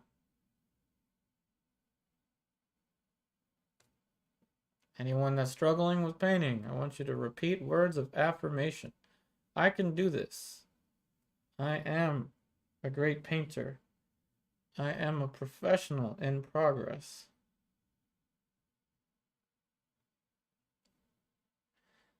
Mark L gets, oh, that was close. Giselle gets that one. Mark L was close. Giselle gets that one. It's the Salvatore. No, I'm not sure how to pronounce it. Not Nick. Oh, paint like the Impressionists. So the Impressionists had a strong emphasis on light, capturing the light. So studying or doing outdoor still life can actually be one of the best exercises you can do.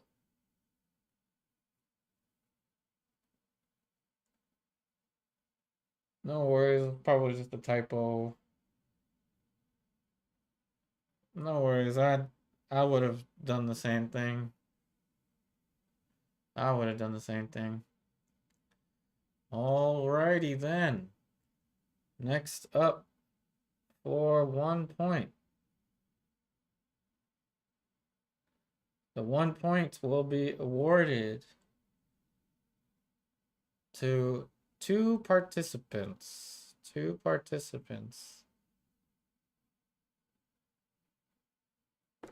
1 point will be added to two participants that answer this question correctly. Name two Caravaggio paintings. 1 point for the first two participants to answer correctly. Name two Caravaggio paintings. Remember, you can also make a joke. If you make me laugh, you get a point. Not Nick. Oh, you only use acrylics? That's all good. Don't worry. We'll actually be doing acrylic tomorrow. We'll be painting a lion. A lion in acrylics.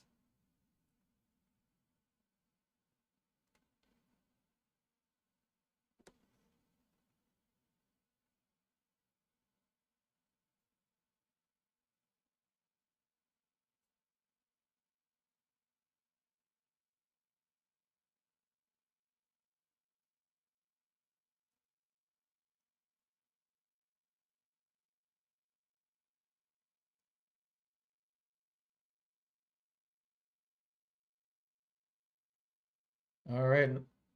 Let's see. Not Nick O gets the first one. Yes, he did paint the Medusa, the Bacchus painting, and the head of Goliath. David with the head of Goliath. So not Nick O gets a point. One more is available. All you gotta do is name 3 Caravaggio paintings.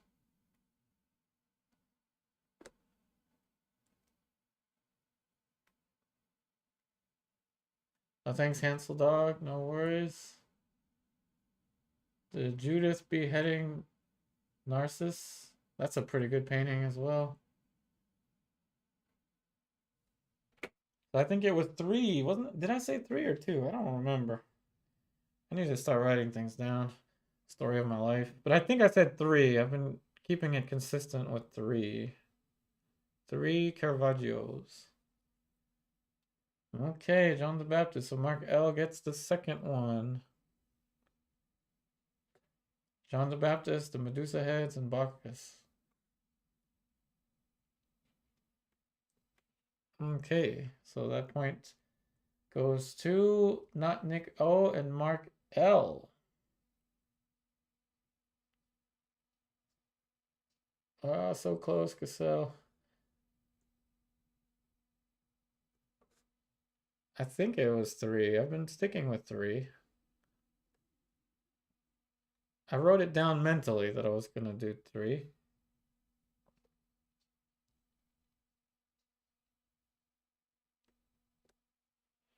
Okay, next up for 1 point to the first person to answer this one correctly. Only 1 point to the first person that answers this one correctly. Am I using titanium white or lead white? To the first person that answers this correctly. Am I using titanium white or lead white? I said 2. Dang it, I thought I said 3. All right, you can get a point as well. Whoever answered 2, and I said 3, then or 2, and I thought I said 3, you can also award yourself a point.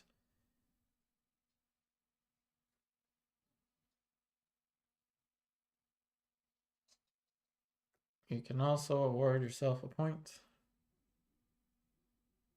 Award yourself a point for making me laugh at myself.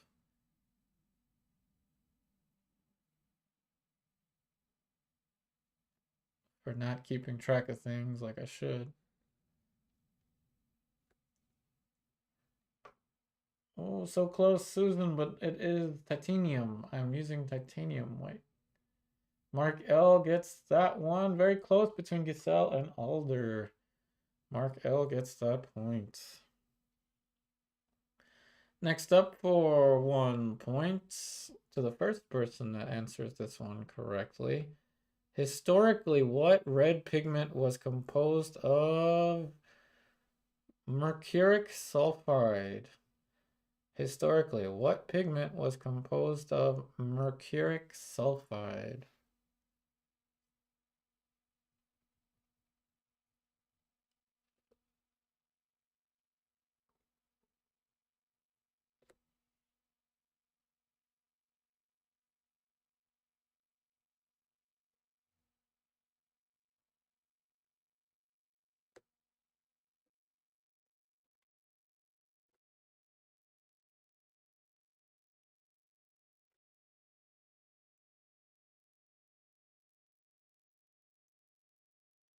Mark L gets that one. Vermilion. Point goes to Mark L. Vermilion was composed of mercuric sulfide, also known as mercury. Point for Mark L. And we've got, oh, never mind, that's the second hour. So we are going to take a break. Not that I want to, but we will take a break. And during the break, I'm going to ask a question. The first person to get this question right will get 3 points. 3-pointer to the first person that will get this question right.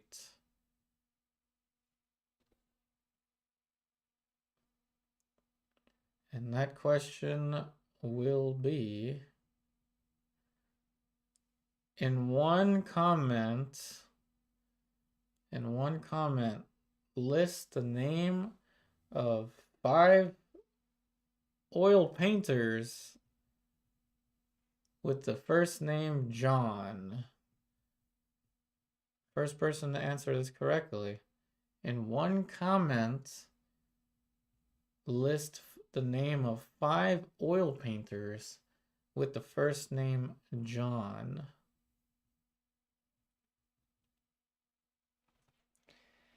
Alrighty, I'm going to take a break. I will be back in just a few minutes. Anyone that may be new, I always play the video of my Shiba Inu Hugo doing some fantastic doggy tricks. I will be back in just a couple minutes. Don't go anywhere unless you absolutely have to.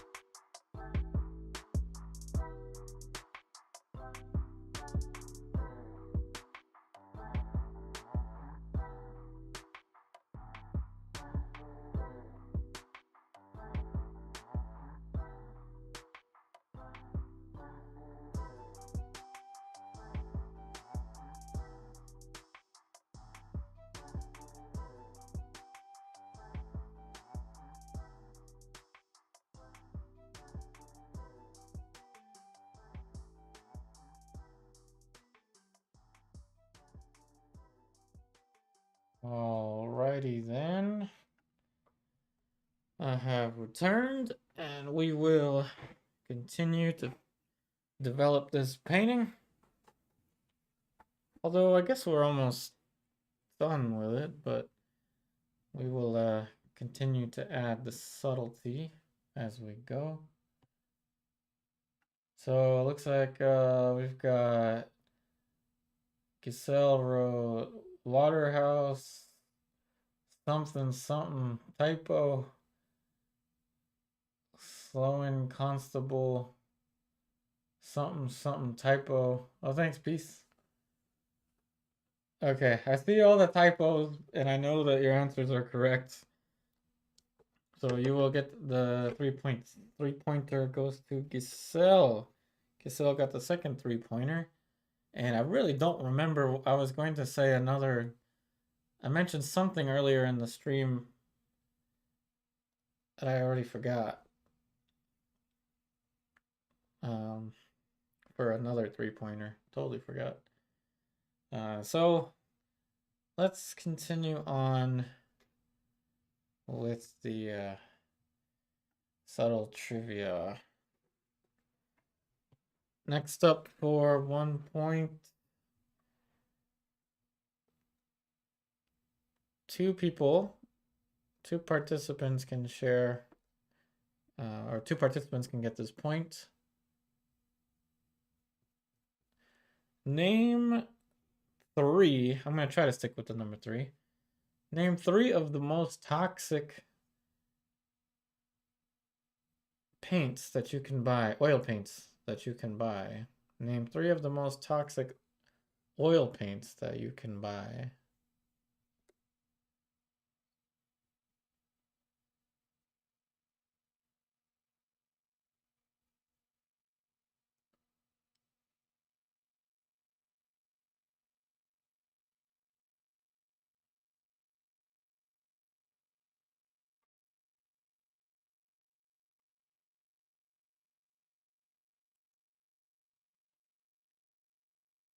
Oh, might have been a quote. I don't remember. I totally forgot. Oh my goodness. Can I call you back? I'm on YouTube. Yeah, okay. Okay, see ya.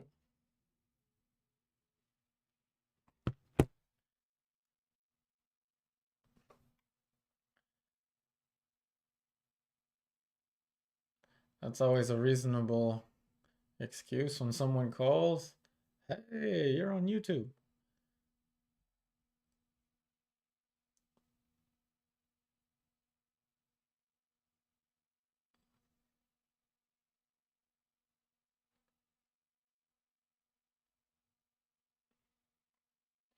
All right, let's see here. Uh, Mark L wrote vermilion, lead, and cobalt. I think you meant lead white. Oh, Giselle, you missed it. The ads. You meant lead white. Okay, yeah, I get it. Oh, the question is for, I think I said 2 people will get this one. Name 3 of the most toxic oil paints you could buy.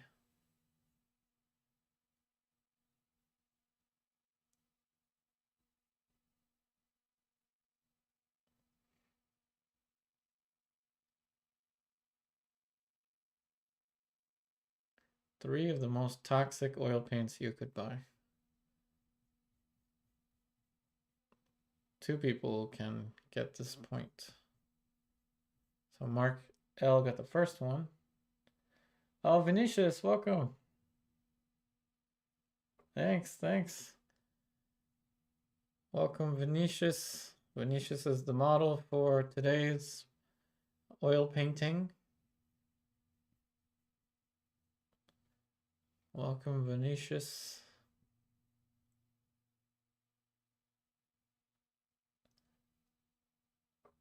Okay, Venetia's got that point. Cadmium red, cobalt blue, lead white. Okay, so we've got Mark L and Venetia's got the point. Alrighty. This one is gonna be a kind of a biased, slightly funny question now. Name 2 art schools in Baltimore for 2 points. First person to answer this one correctly. Name 2 art schools in Baltimore for 2 points. First person that answers this one correctly gets 2 points.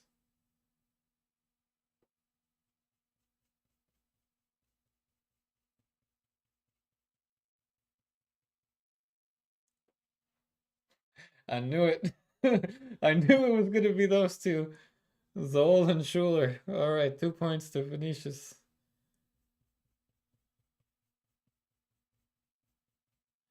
Next up, another kind of slightly funny question. So close there, Giselle. Next one. Name this medium. Identify this medium. What medium, and this is for 1 point to the first person that answers this correctly. First person to answer correctly. What medium is composed of black oil and lead litharge? What medium is composed of black oil and lead litharge?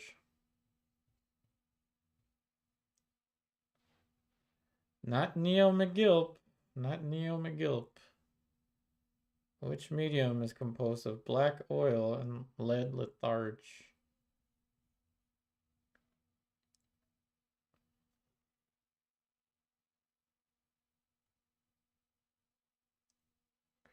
All right, Venetia's got that one. Marige. Even though we put a question mark in there, it's Marige. Marige medium was composed of black oil and lead litharge. Yeah, I think Matt Zoll still makes it in his studio or somewhere. I think he still makes that medium. I don't. Well, last I heard, he still does. I don't know. I don't know. But Marige is the answer. Venetius gets that one.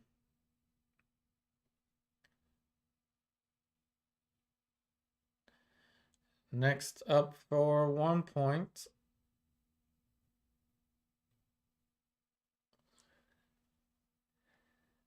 Why would they use lead litharge and black oil? Pretty much for the same reason you'd use Neo McGill. It's a glazing material. It dries pretty fast. Dries fast and it's good for glazing.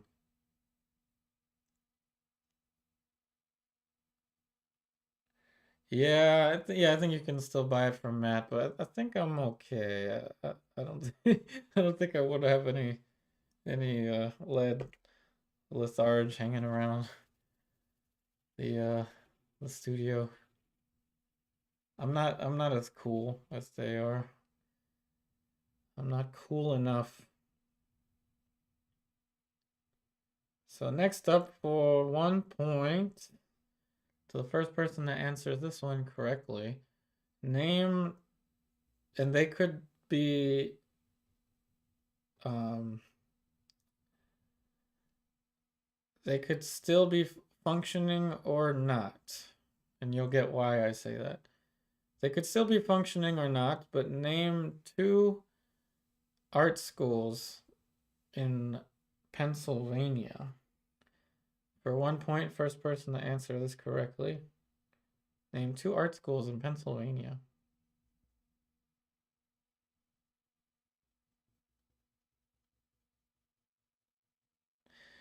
Yeah, Venetius, I wish I could get Karen to do the trivia for me. She knows way more art history and just art stuff.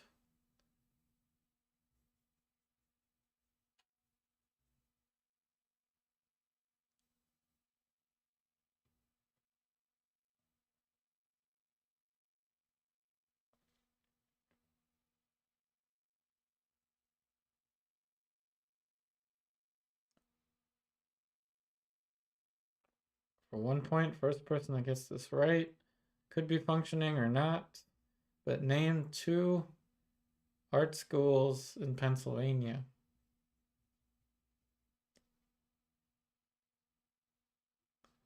No worries, Venetius.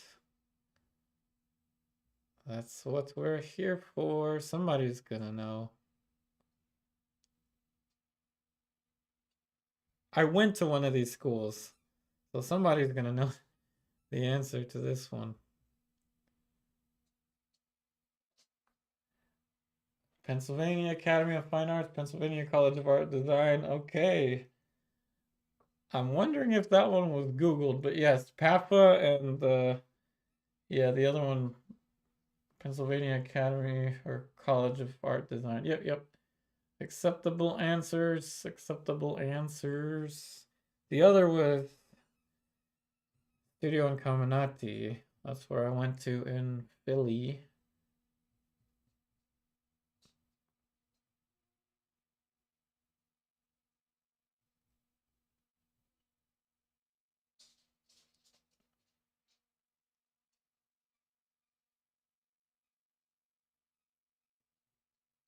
Okay.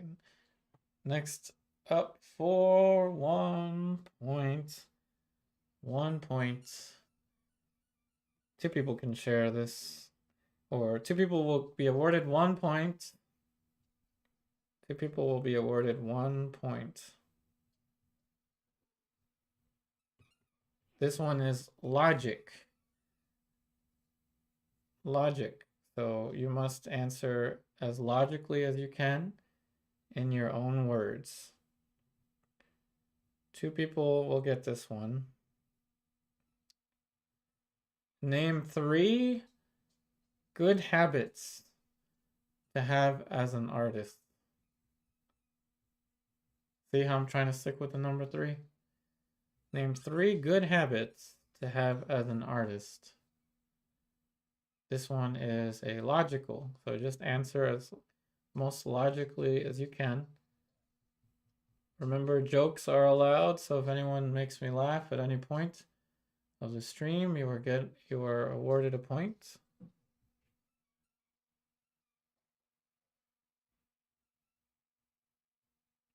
Name 3 good habits to have as an artist.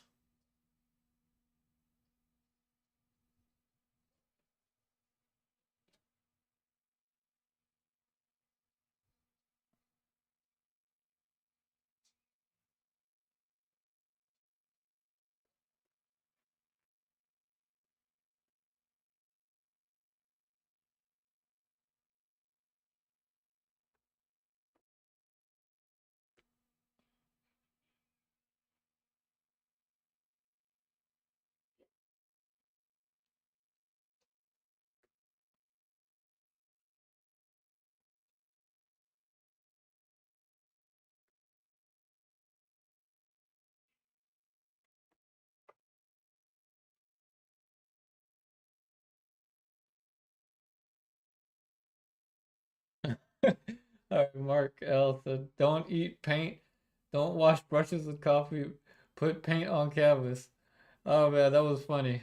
Not only was that funny, but that was that was 3 good ones. 3 good habits. So Mark L actually gets 2. Mark L gets 2 for that one because he made me laugh. And those are technically 3 good habits.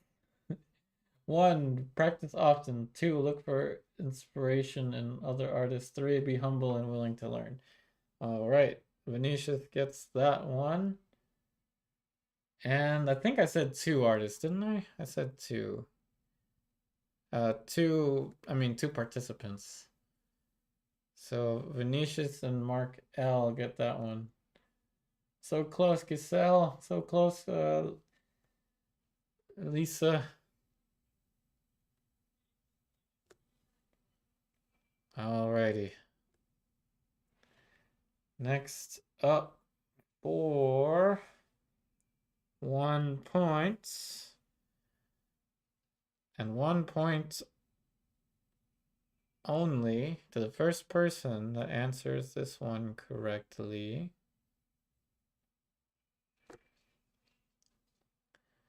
First person that answers this one correctly.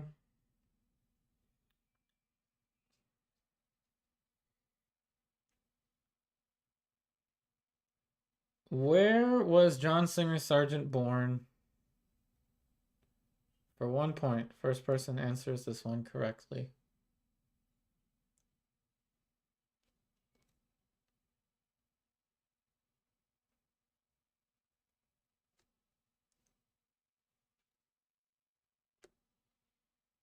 Where was John Singer Sargent born?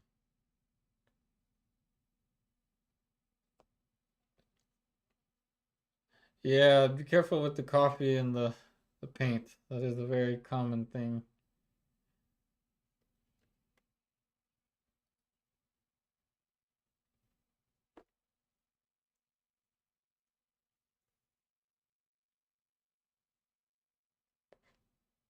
Okay.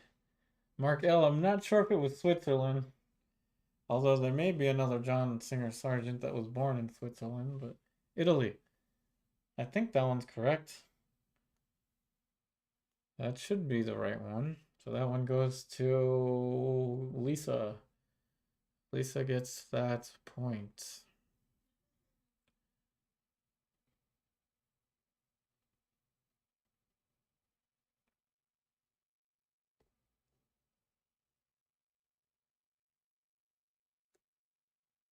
All right, next up. For 1 point, first person that answered it correctly. It's in Italy, but not Florence, Italy. Well, I mean, you could have said Italy.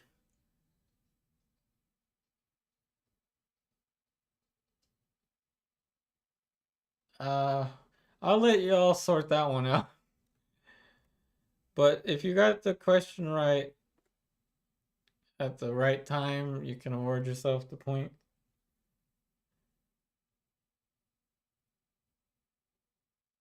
Ah, I remember now. It took me a while, but I remembered.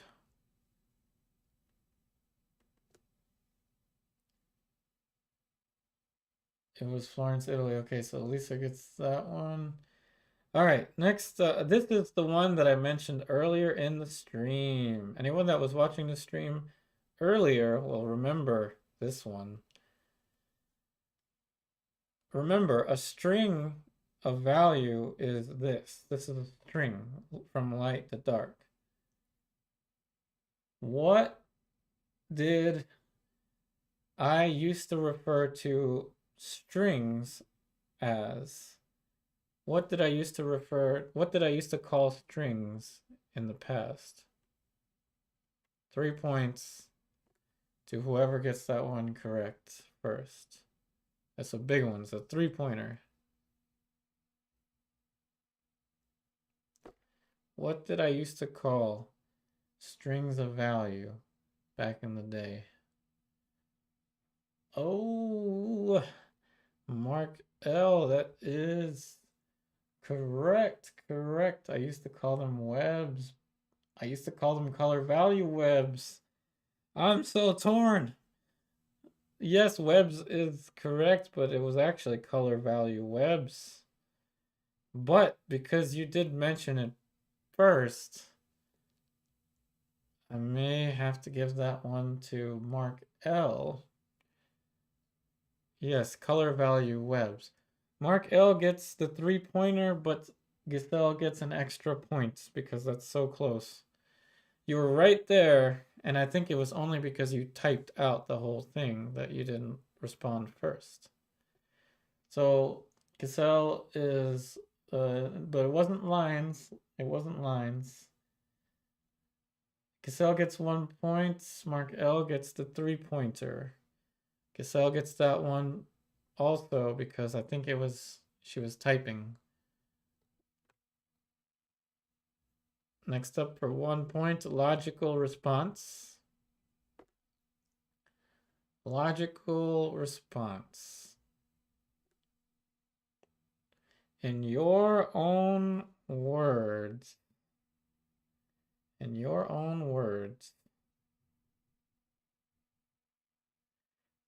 This will be for 3 participants will gain a point.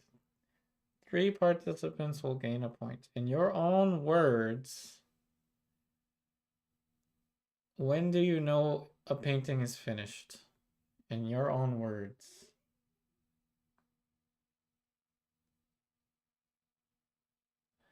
Yeah, I know. I was referring to color value webs in the past because I used to keep pet tarantulas a long time ago.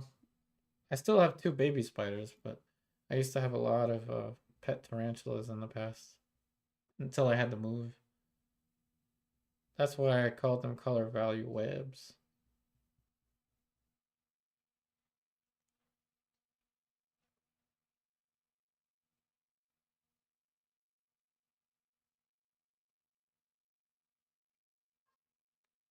Okay, Mark L, I'll let you decide that one. I'll let you decide that one. Like Sally wrote, when a painting's finished, when you're to say it's finished. So that is a logical answer. Cassell gets 1 point. Lisa gets the second one when I'm happy with it. And then Mark L said, I'm hungry, time to eat, painting done. Okay, that one is, well, we could say that's logical too. All right, so the point goes to Giselle, Lisa, and Mark L. Wow, thank you for all the likes, everyone. We are 3 likes away from 50. Alrighty then.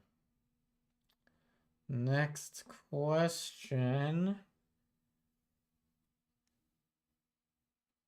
For 1 point, first person that gets this one correct will get a point. What is the name of the impressionist artist that challenged an art critic to a duel? What is the name of the impressionist artist that challenged an art critic to a duel?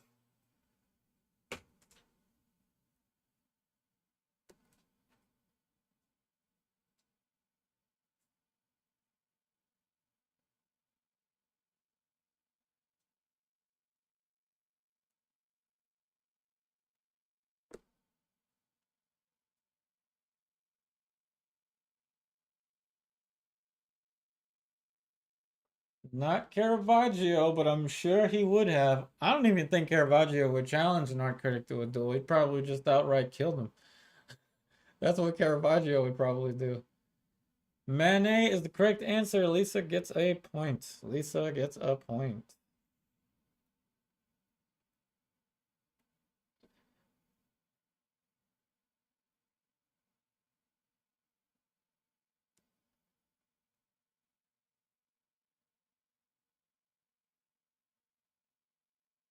Must go to sleep, Mark L. No worries. You did get a lot of points today, though. I wonder how many points you got. We're only 20 minutes away from the end of subtle trivia.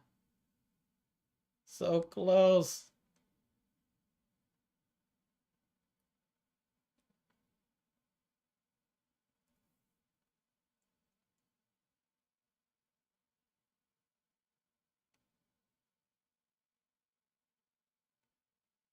Oh, no worries, Lisa. All right, this is not art related, but it's kind of funny. This is a big one. This is worth 5 points for the first person to name the movie. And this is funny because we've got a Mark and a Lisa. If we had Mark, if we had a Mark, a Lisa, a Tommy, and a Denny, what movie would I be watching if there was a Mark, a Lisa, and a Denny? And the quote in this movie is, "Oh, hi, Mark." 5 points to whoever can name that movie. Oh, hi, Mark.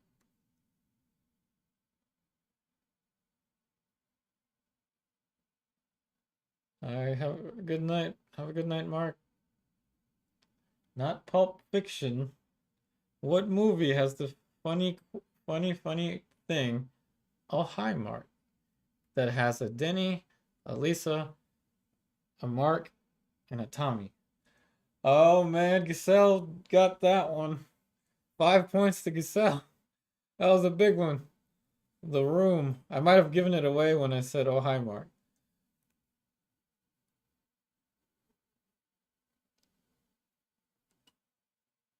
That is a hilarious room. I mean, hilarious movie. Yeah, that one is a cult classic. So not art related, but I mean, it's kind of funny every time because we have Elisa and we have Mark, and I'm hoping one of these days we're gonna get a Tommy. Tommy Wiseau was the director, the the guy that came up with it. But his name in the movie was Johnny. So if we get a Johnny, a Mark, and a Lisa, or a Tommy, that'd be pretty funny.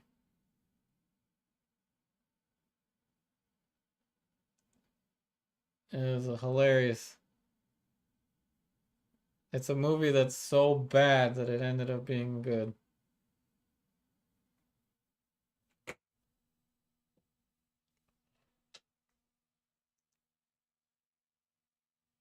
All right, so back to the art here. I'm focusing on the big shapes, the little shapes, all at once, working the interior shapes, and now back to the exterior shapes.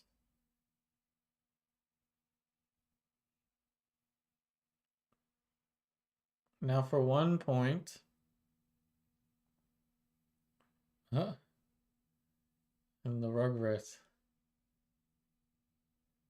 Now for 1 point awarded to the first person to name the anatomical, what is the anatomical name for the cheekbone?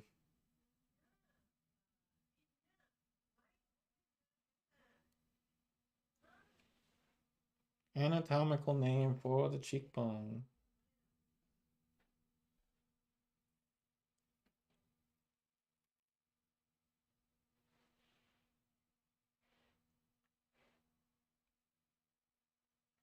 Hey Lisa, not sure what you mean by hooked bridge, but usually it's up, down, really down, round, pointy.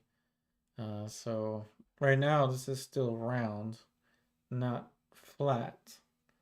So that's usually the way that I think about, let's say, the nose.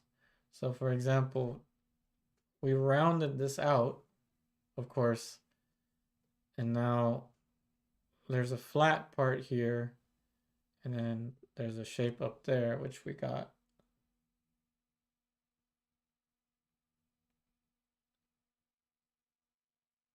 Chicus smilicus. I'm not sure that's the one. Go magic. Wow, the autocorrect is really something. I know what you mean.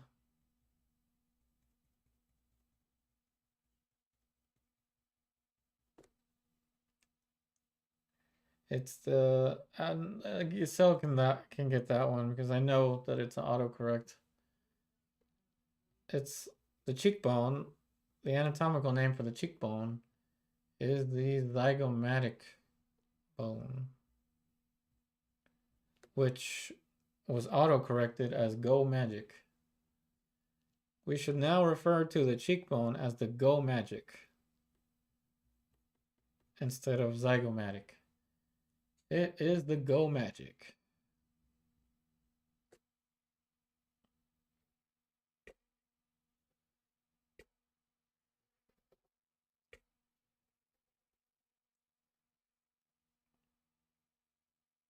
Are you getting tired of the subtle trivia yet?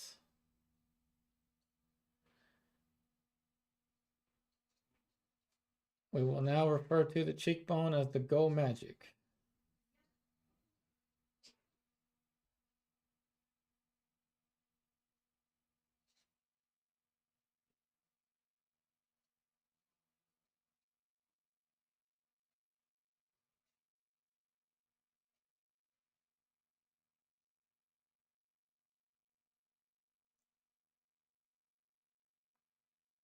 Oh, sorry, Lisa. I didn't. I actually thought it was a thing. Smiley, because it sounded like a Latin word. Oh, I get it now. I am not the most observant.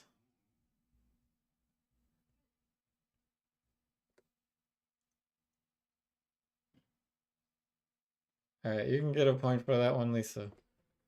The Chicus Smilicus, also known as the Go Magic. Chicus Smilicus, also known as the Go Magic. That's the new term for the zygomatic bone. Zygomatic arch is the Chicus Smilicus Go Magic. And we made it to 50 likes. Thank you so much, everyone, for the like. I am not worthy. Thank you so much. It finally let you zygomatic. It's the Chicus Smilicus Go Magic. Right out of Roadrunner cartoons.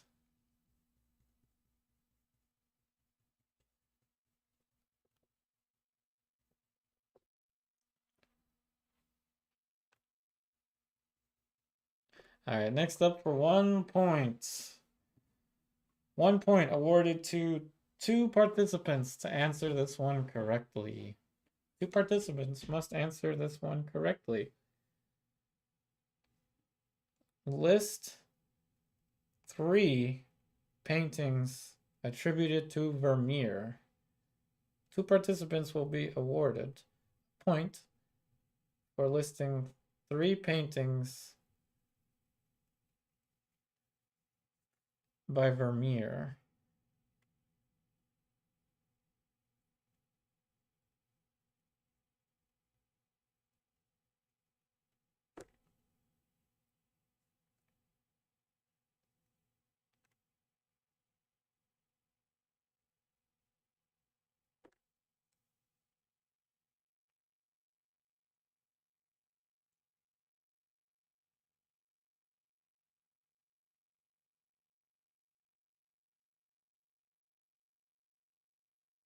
I know you know some Vermeer paintings.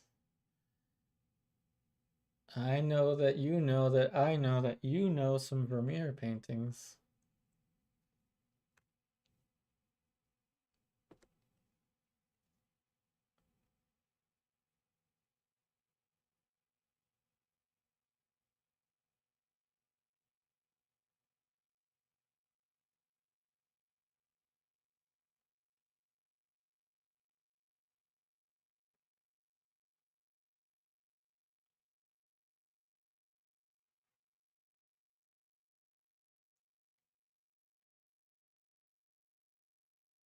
Alrighty, officer with laughing girl, girl with the pearl earring, the little street. I know of each of the paintings except for the laughing girl. So Giselle gets that one. 2 more participants can get a point. So all you gotta do is name uh is it one more participant? No, one more participant will get a point. I've been sticking with 2 participants and 3 responses. It's a lot to remember. And on top of that, I think I'm doing an oil painting at the same time.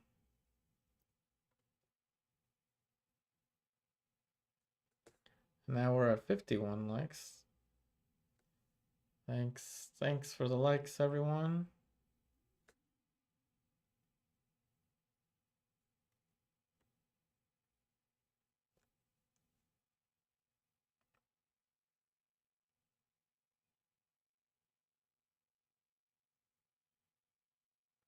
Now you see there's really no limitations here with the Zorn palette. No issues with it at all. I recommend you mix your own orange from the red and yellow, make a brown, make a green, you're good to go.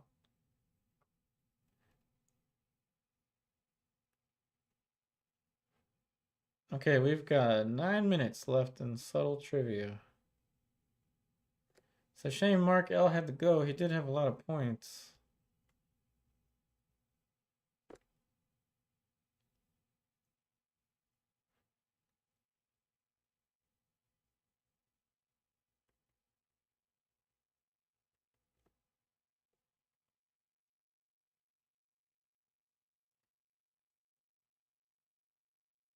All right, let's do another one. Subtle trivia.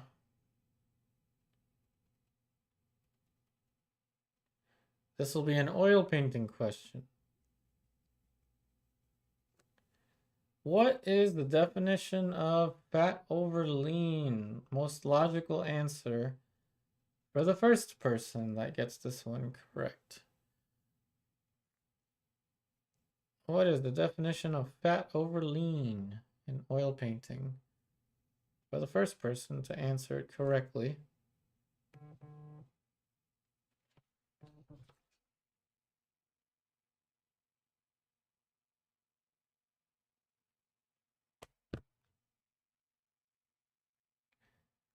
And I'll be right back. I think Hugo knocked something over. So I will be back in just a second. I'm pretty sure Hugo just knocked over my pool cue. I'll be back.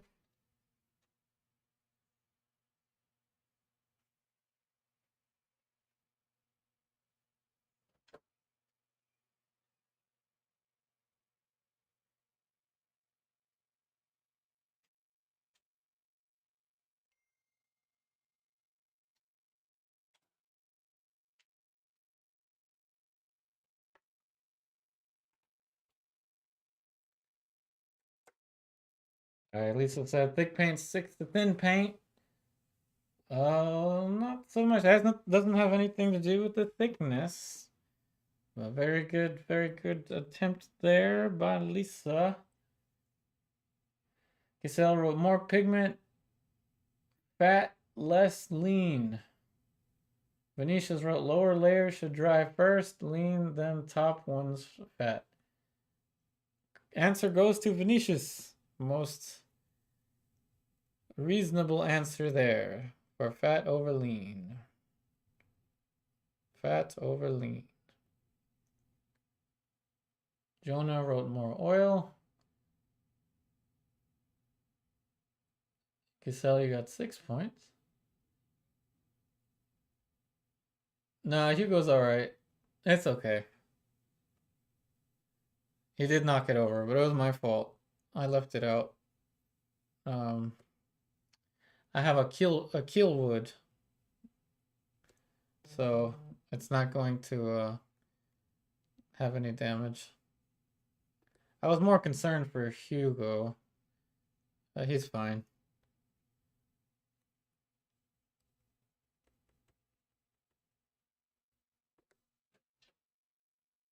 So Vinicius gets that one for fat over lean. Alrighty. We have 5 minutes till there's 10 minutes left. So in 5 minutes we will conclude. So Lisa wrote thick paint sticks to thin. It is true, but it's not the definition of fat over lean. And Giselle has 26 points. Oh, that is a lot of points. That is a lot of points. Alrighty. Let's have some fun here. Oh, that's you? That's Dion. Yeah, I was putting the reason. Remember how I had the carbon? I swapped out the carbon with the kill wood, but then I left it. He basically just dropped the shaft. I left the kill wood. That's funny. Yeah, no, it's all good. So welcome, Dion. I didn't know you were here.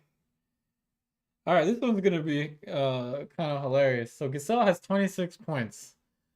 So for 26 points, this is a big one. And this is gonna be for whoever has been watching my YouTube channel the most, whoever's been the most dedicated to my YouTube channel. When I first started uploading weekly, I would upload on what day and at what time. When I first started uploading YouTube videos weekly, this is about 2017, what day and what time would I upload for 26 points? So you have a chance to tie with Giselle, unless Giselle knows the answer. What day and what time would I upload YouTube videos? Back in 2017, it might have been 2018. What day and what time? Holy moly, Giselle got yes, I did used to this is Wednesday at 4 p.m. That's a good guess. Venetius. Giselle got that one. 11 on. No, you didn't get it. You didn't get it. It was Saturday. Oh, alrighty. Ah, that's a okay. Either way, Giselle got that one. She corrected it by writing Saturday. Yes, that was close.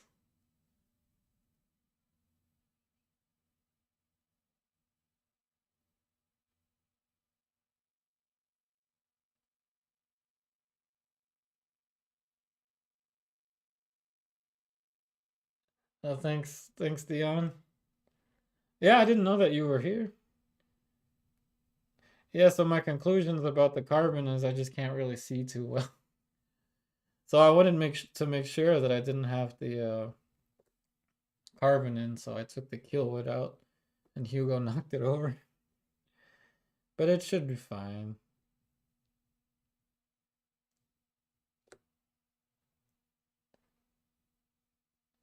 That was a close one. We got 52 likes.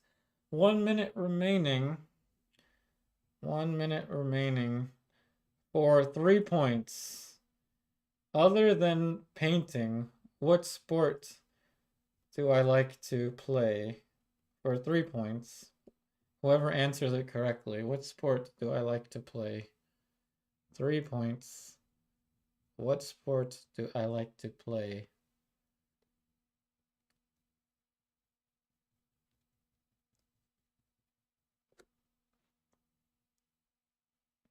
Dang, Giselle's on fire. Oh, Venetia's so close. Yes, pool. Giselle is on fire here. All right, it is now 2 hours and 50 minutes in, and I'm pretty sure Giselle has the lead here with the points. But we're gonna do first, second, third, potentially fourth and fifth. Let's see. Marbles. Yeah, definitely I play marbles.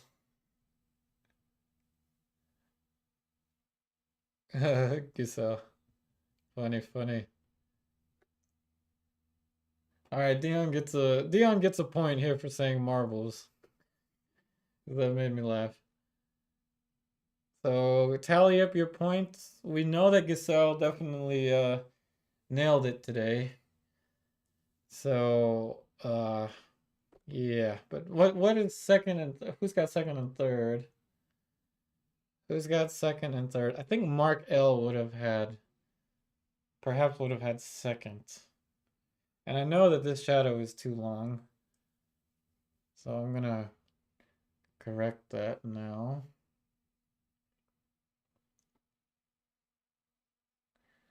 Louis, do you have a favorite song or artist to listen to while you paint? You may not know this artist, but this is my favorite one. Um, I want to paint her portrait, but I'd have to travel to Canada to take her picture to paint. That's my favorite musician.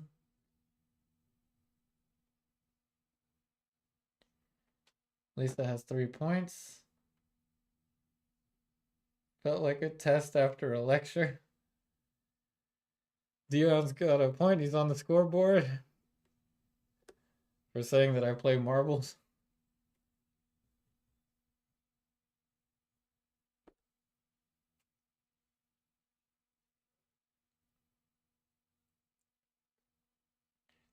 Yeah, 52 likes. We did pretty well today, everyone.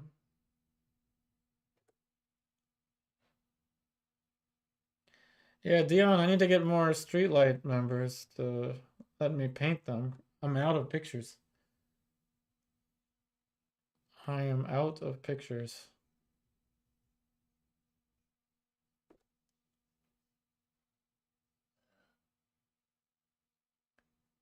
Giselle, you listen to Ren. I know Citizen Soldier. Yeah, I know Citizen Soldier. Her name is Vila. I think she might have changed her name recently, but she was one of those like EDM artists, the angelic voices or whatnot. So 7 minutes till the painting is complete. Venetius, again, thank you for letting me paint your portrait. Hope I didn't mess up too bad.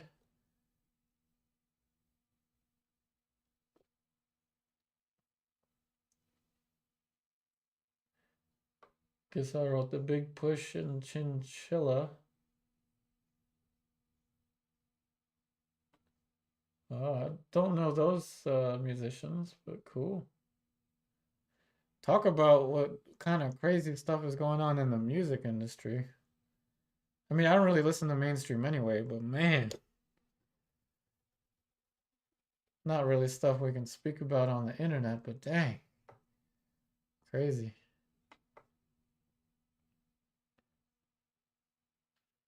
People are strange these days.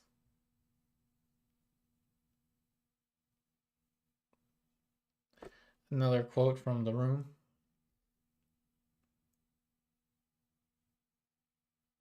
Oh, hi.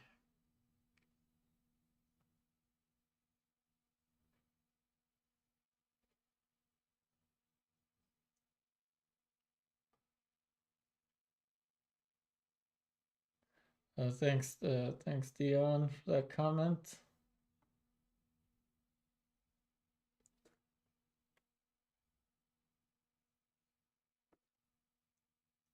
Yeah, I'm still working on the bigger youth of painting.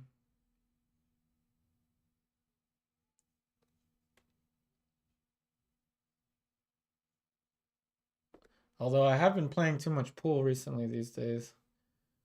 So haven't been working on that painting as much as I should. But I'll get to it.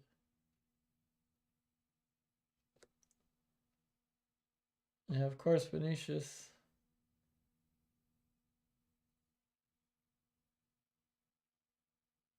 Oh yeah, the recent music, yeah.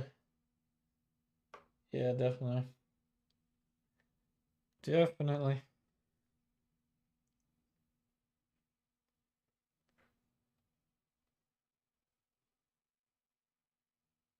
Okay, so who got so Giselle definitely got the most points, so she's got first. I'm gonna say second was Mark L. And whoever got the rest.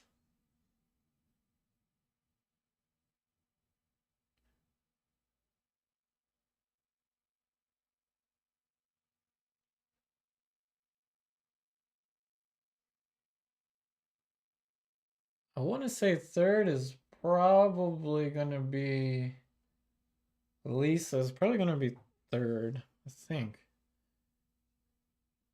I can't keep track of these points.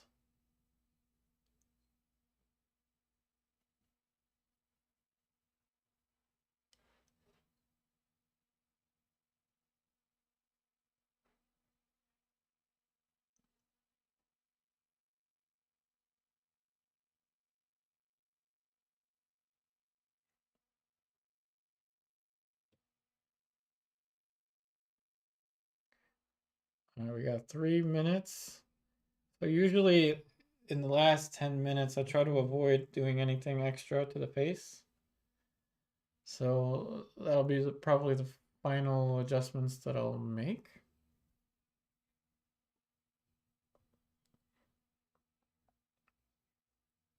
to the face. So once again, this was done with the Zorn palette. Basically, two colors and black and white. So cadmium red, yellow ochre, and black and white. That's all we used.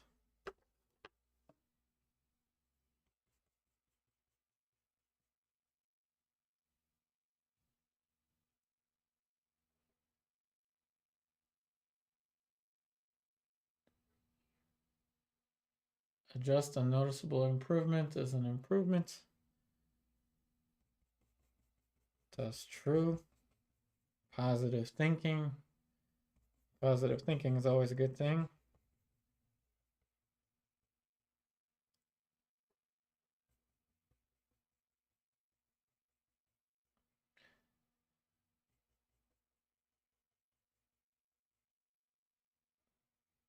Yeah, thanks for all the likes, everyone.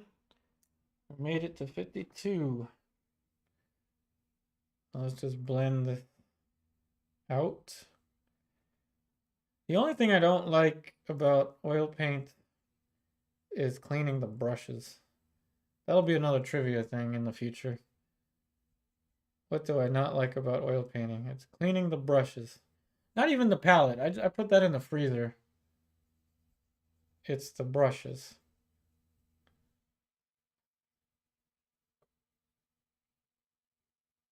But I have been doing this for 16 years.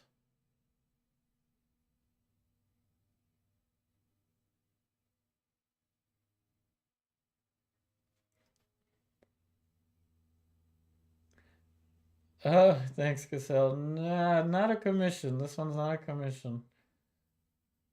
Unless Venetius wants it, but it's up to him. Let's see. I'm glad you like the light effect. Yeah, it doesn't look as red. I don't know. My screen makes this look red.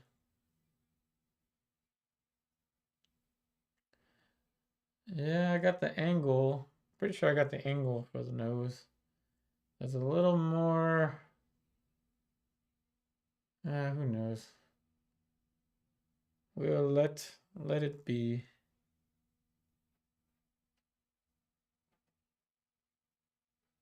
You just wipe them with paper towels and rinse, dip in safflower oil. You could do that. I mean, technically, you want to clean them thoroughly with mineral spirits, or else the paint starts to dry in here. With the more expensive brushes, that is.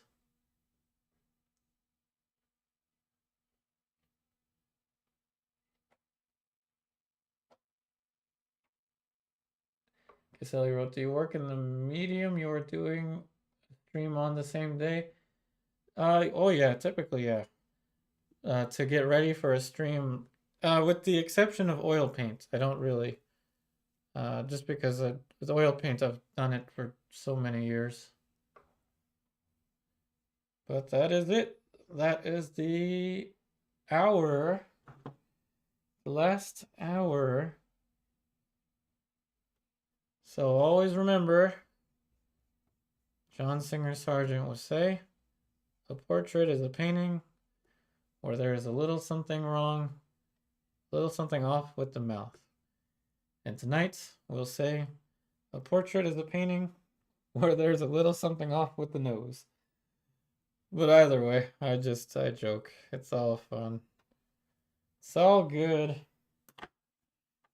I'm gonna sign the painting, I guess up here. This will be the point where I'll ask if there are any last minute questions. Tomorrow we return with a lion, an acrylic painting of a lion.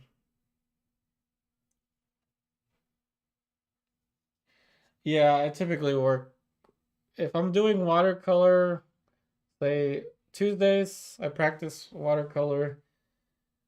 Wednesdays, I practice acrylic. Not as much though, but definitely I practice the watercolor on Tuesdays and pastel on Fridays.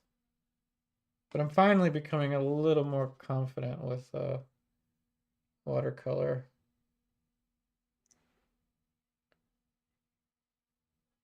Thanks, Cassell. I use the lead primer for the oil painting surface.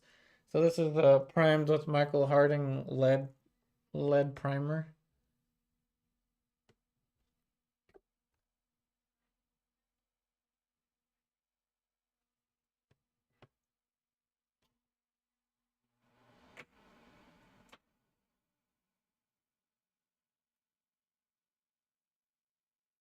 Tomorrow we are painting a lion. Let me know what you want me to paint for pastel. I mean, I'm gonna stick with, I'm guessing I'm gonna stick with portrait, but if you want me to do something else, let me know.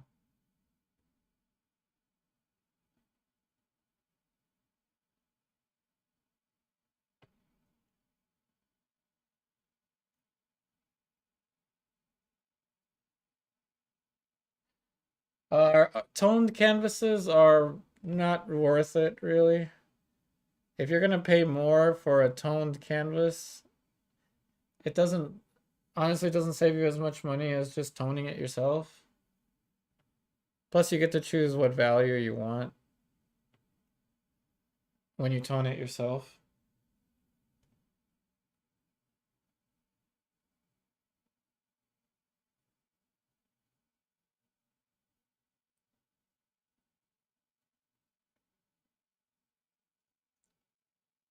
So there's the signature, and I just put a 24 for the year.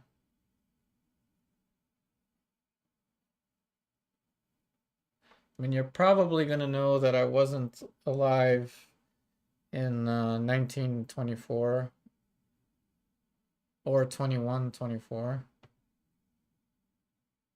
But if you're watching this video in 2124, if you're watching this video 100 years from now, send me a shout out. I'll respond to you in some way, especially around Halloween. Those of you watching this video 100 years in the future.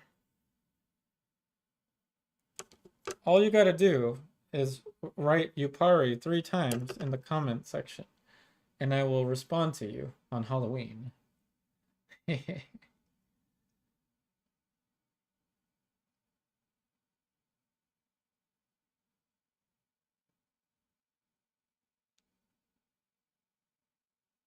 Yeah, thanks everyone. Again, thanks for all the likes too. We broke 50. And thanks Vinicius for letting me paint your portrait.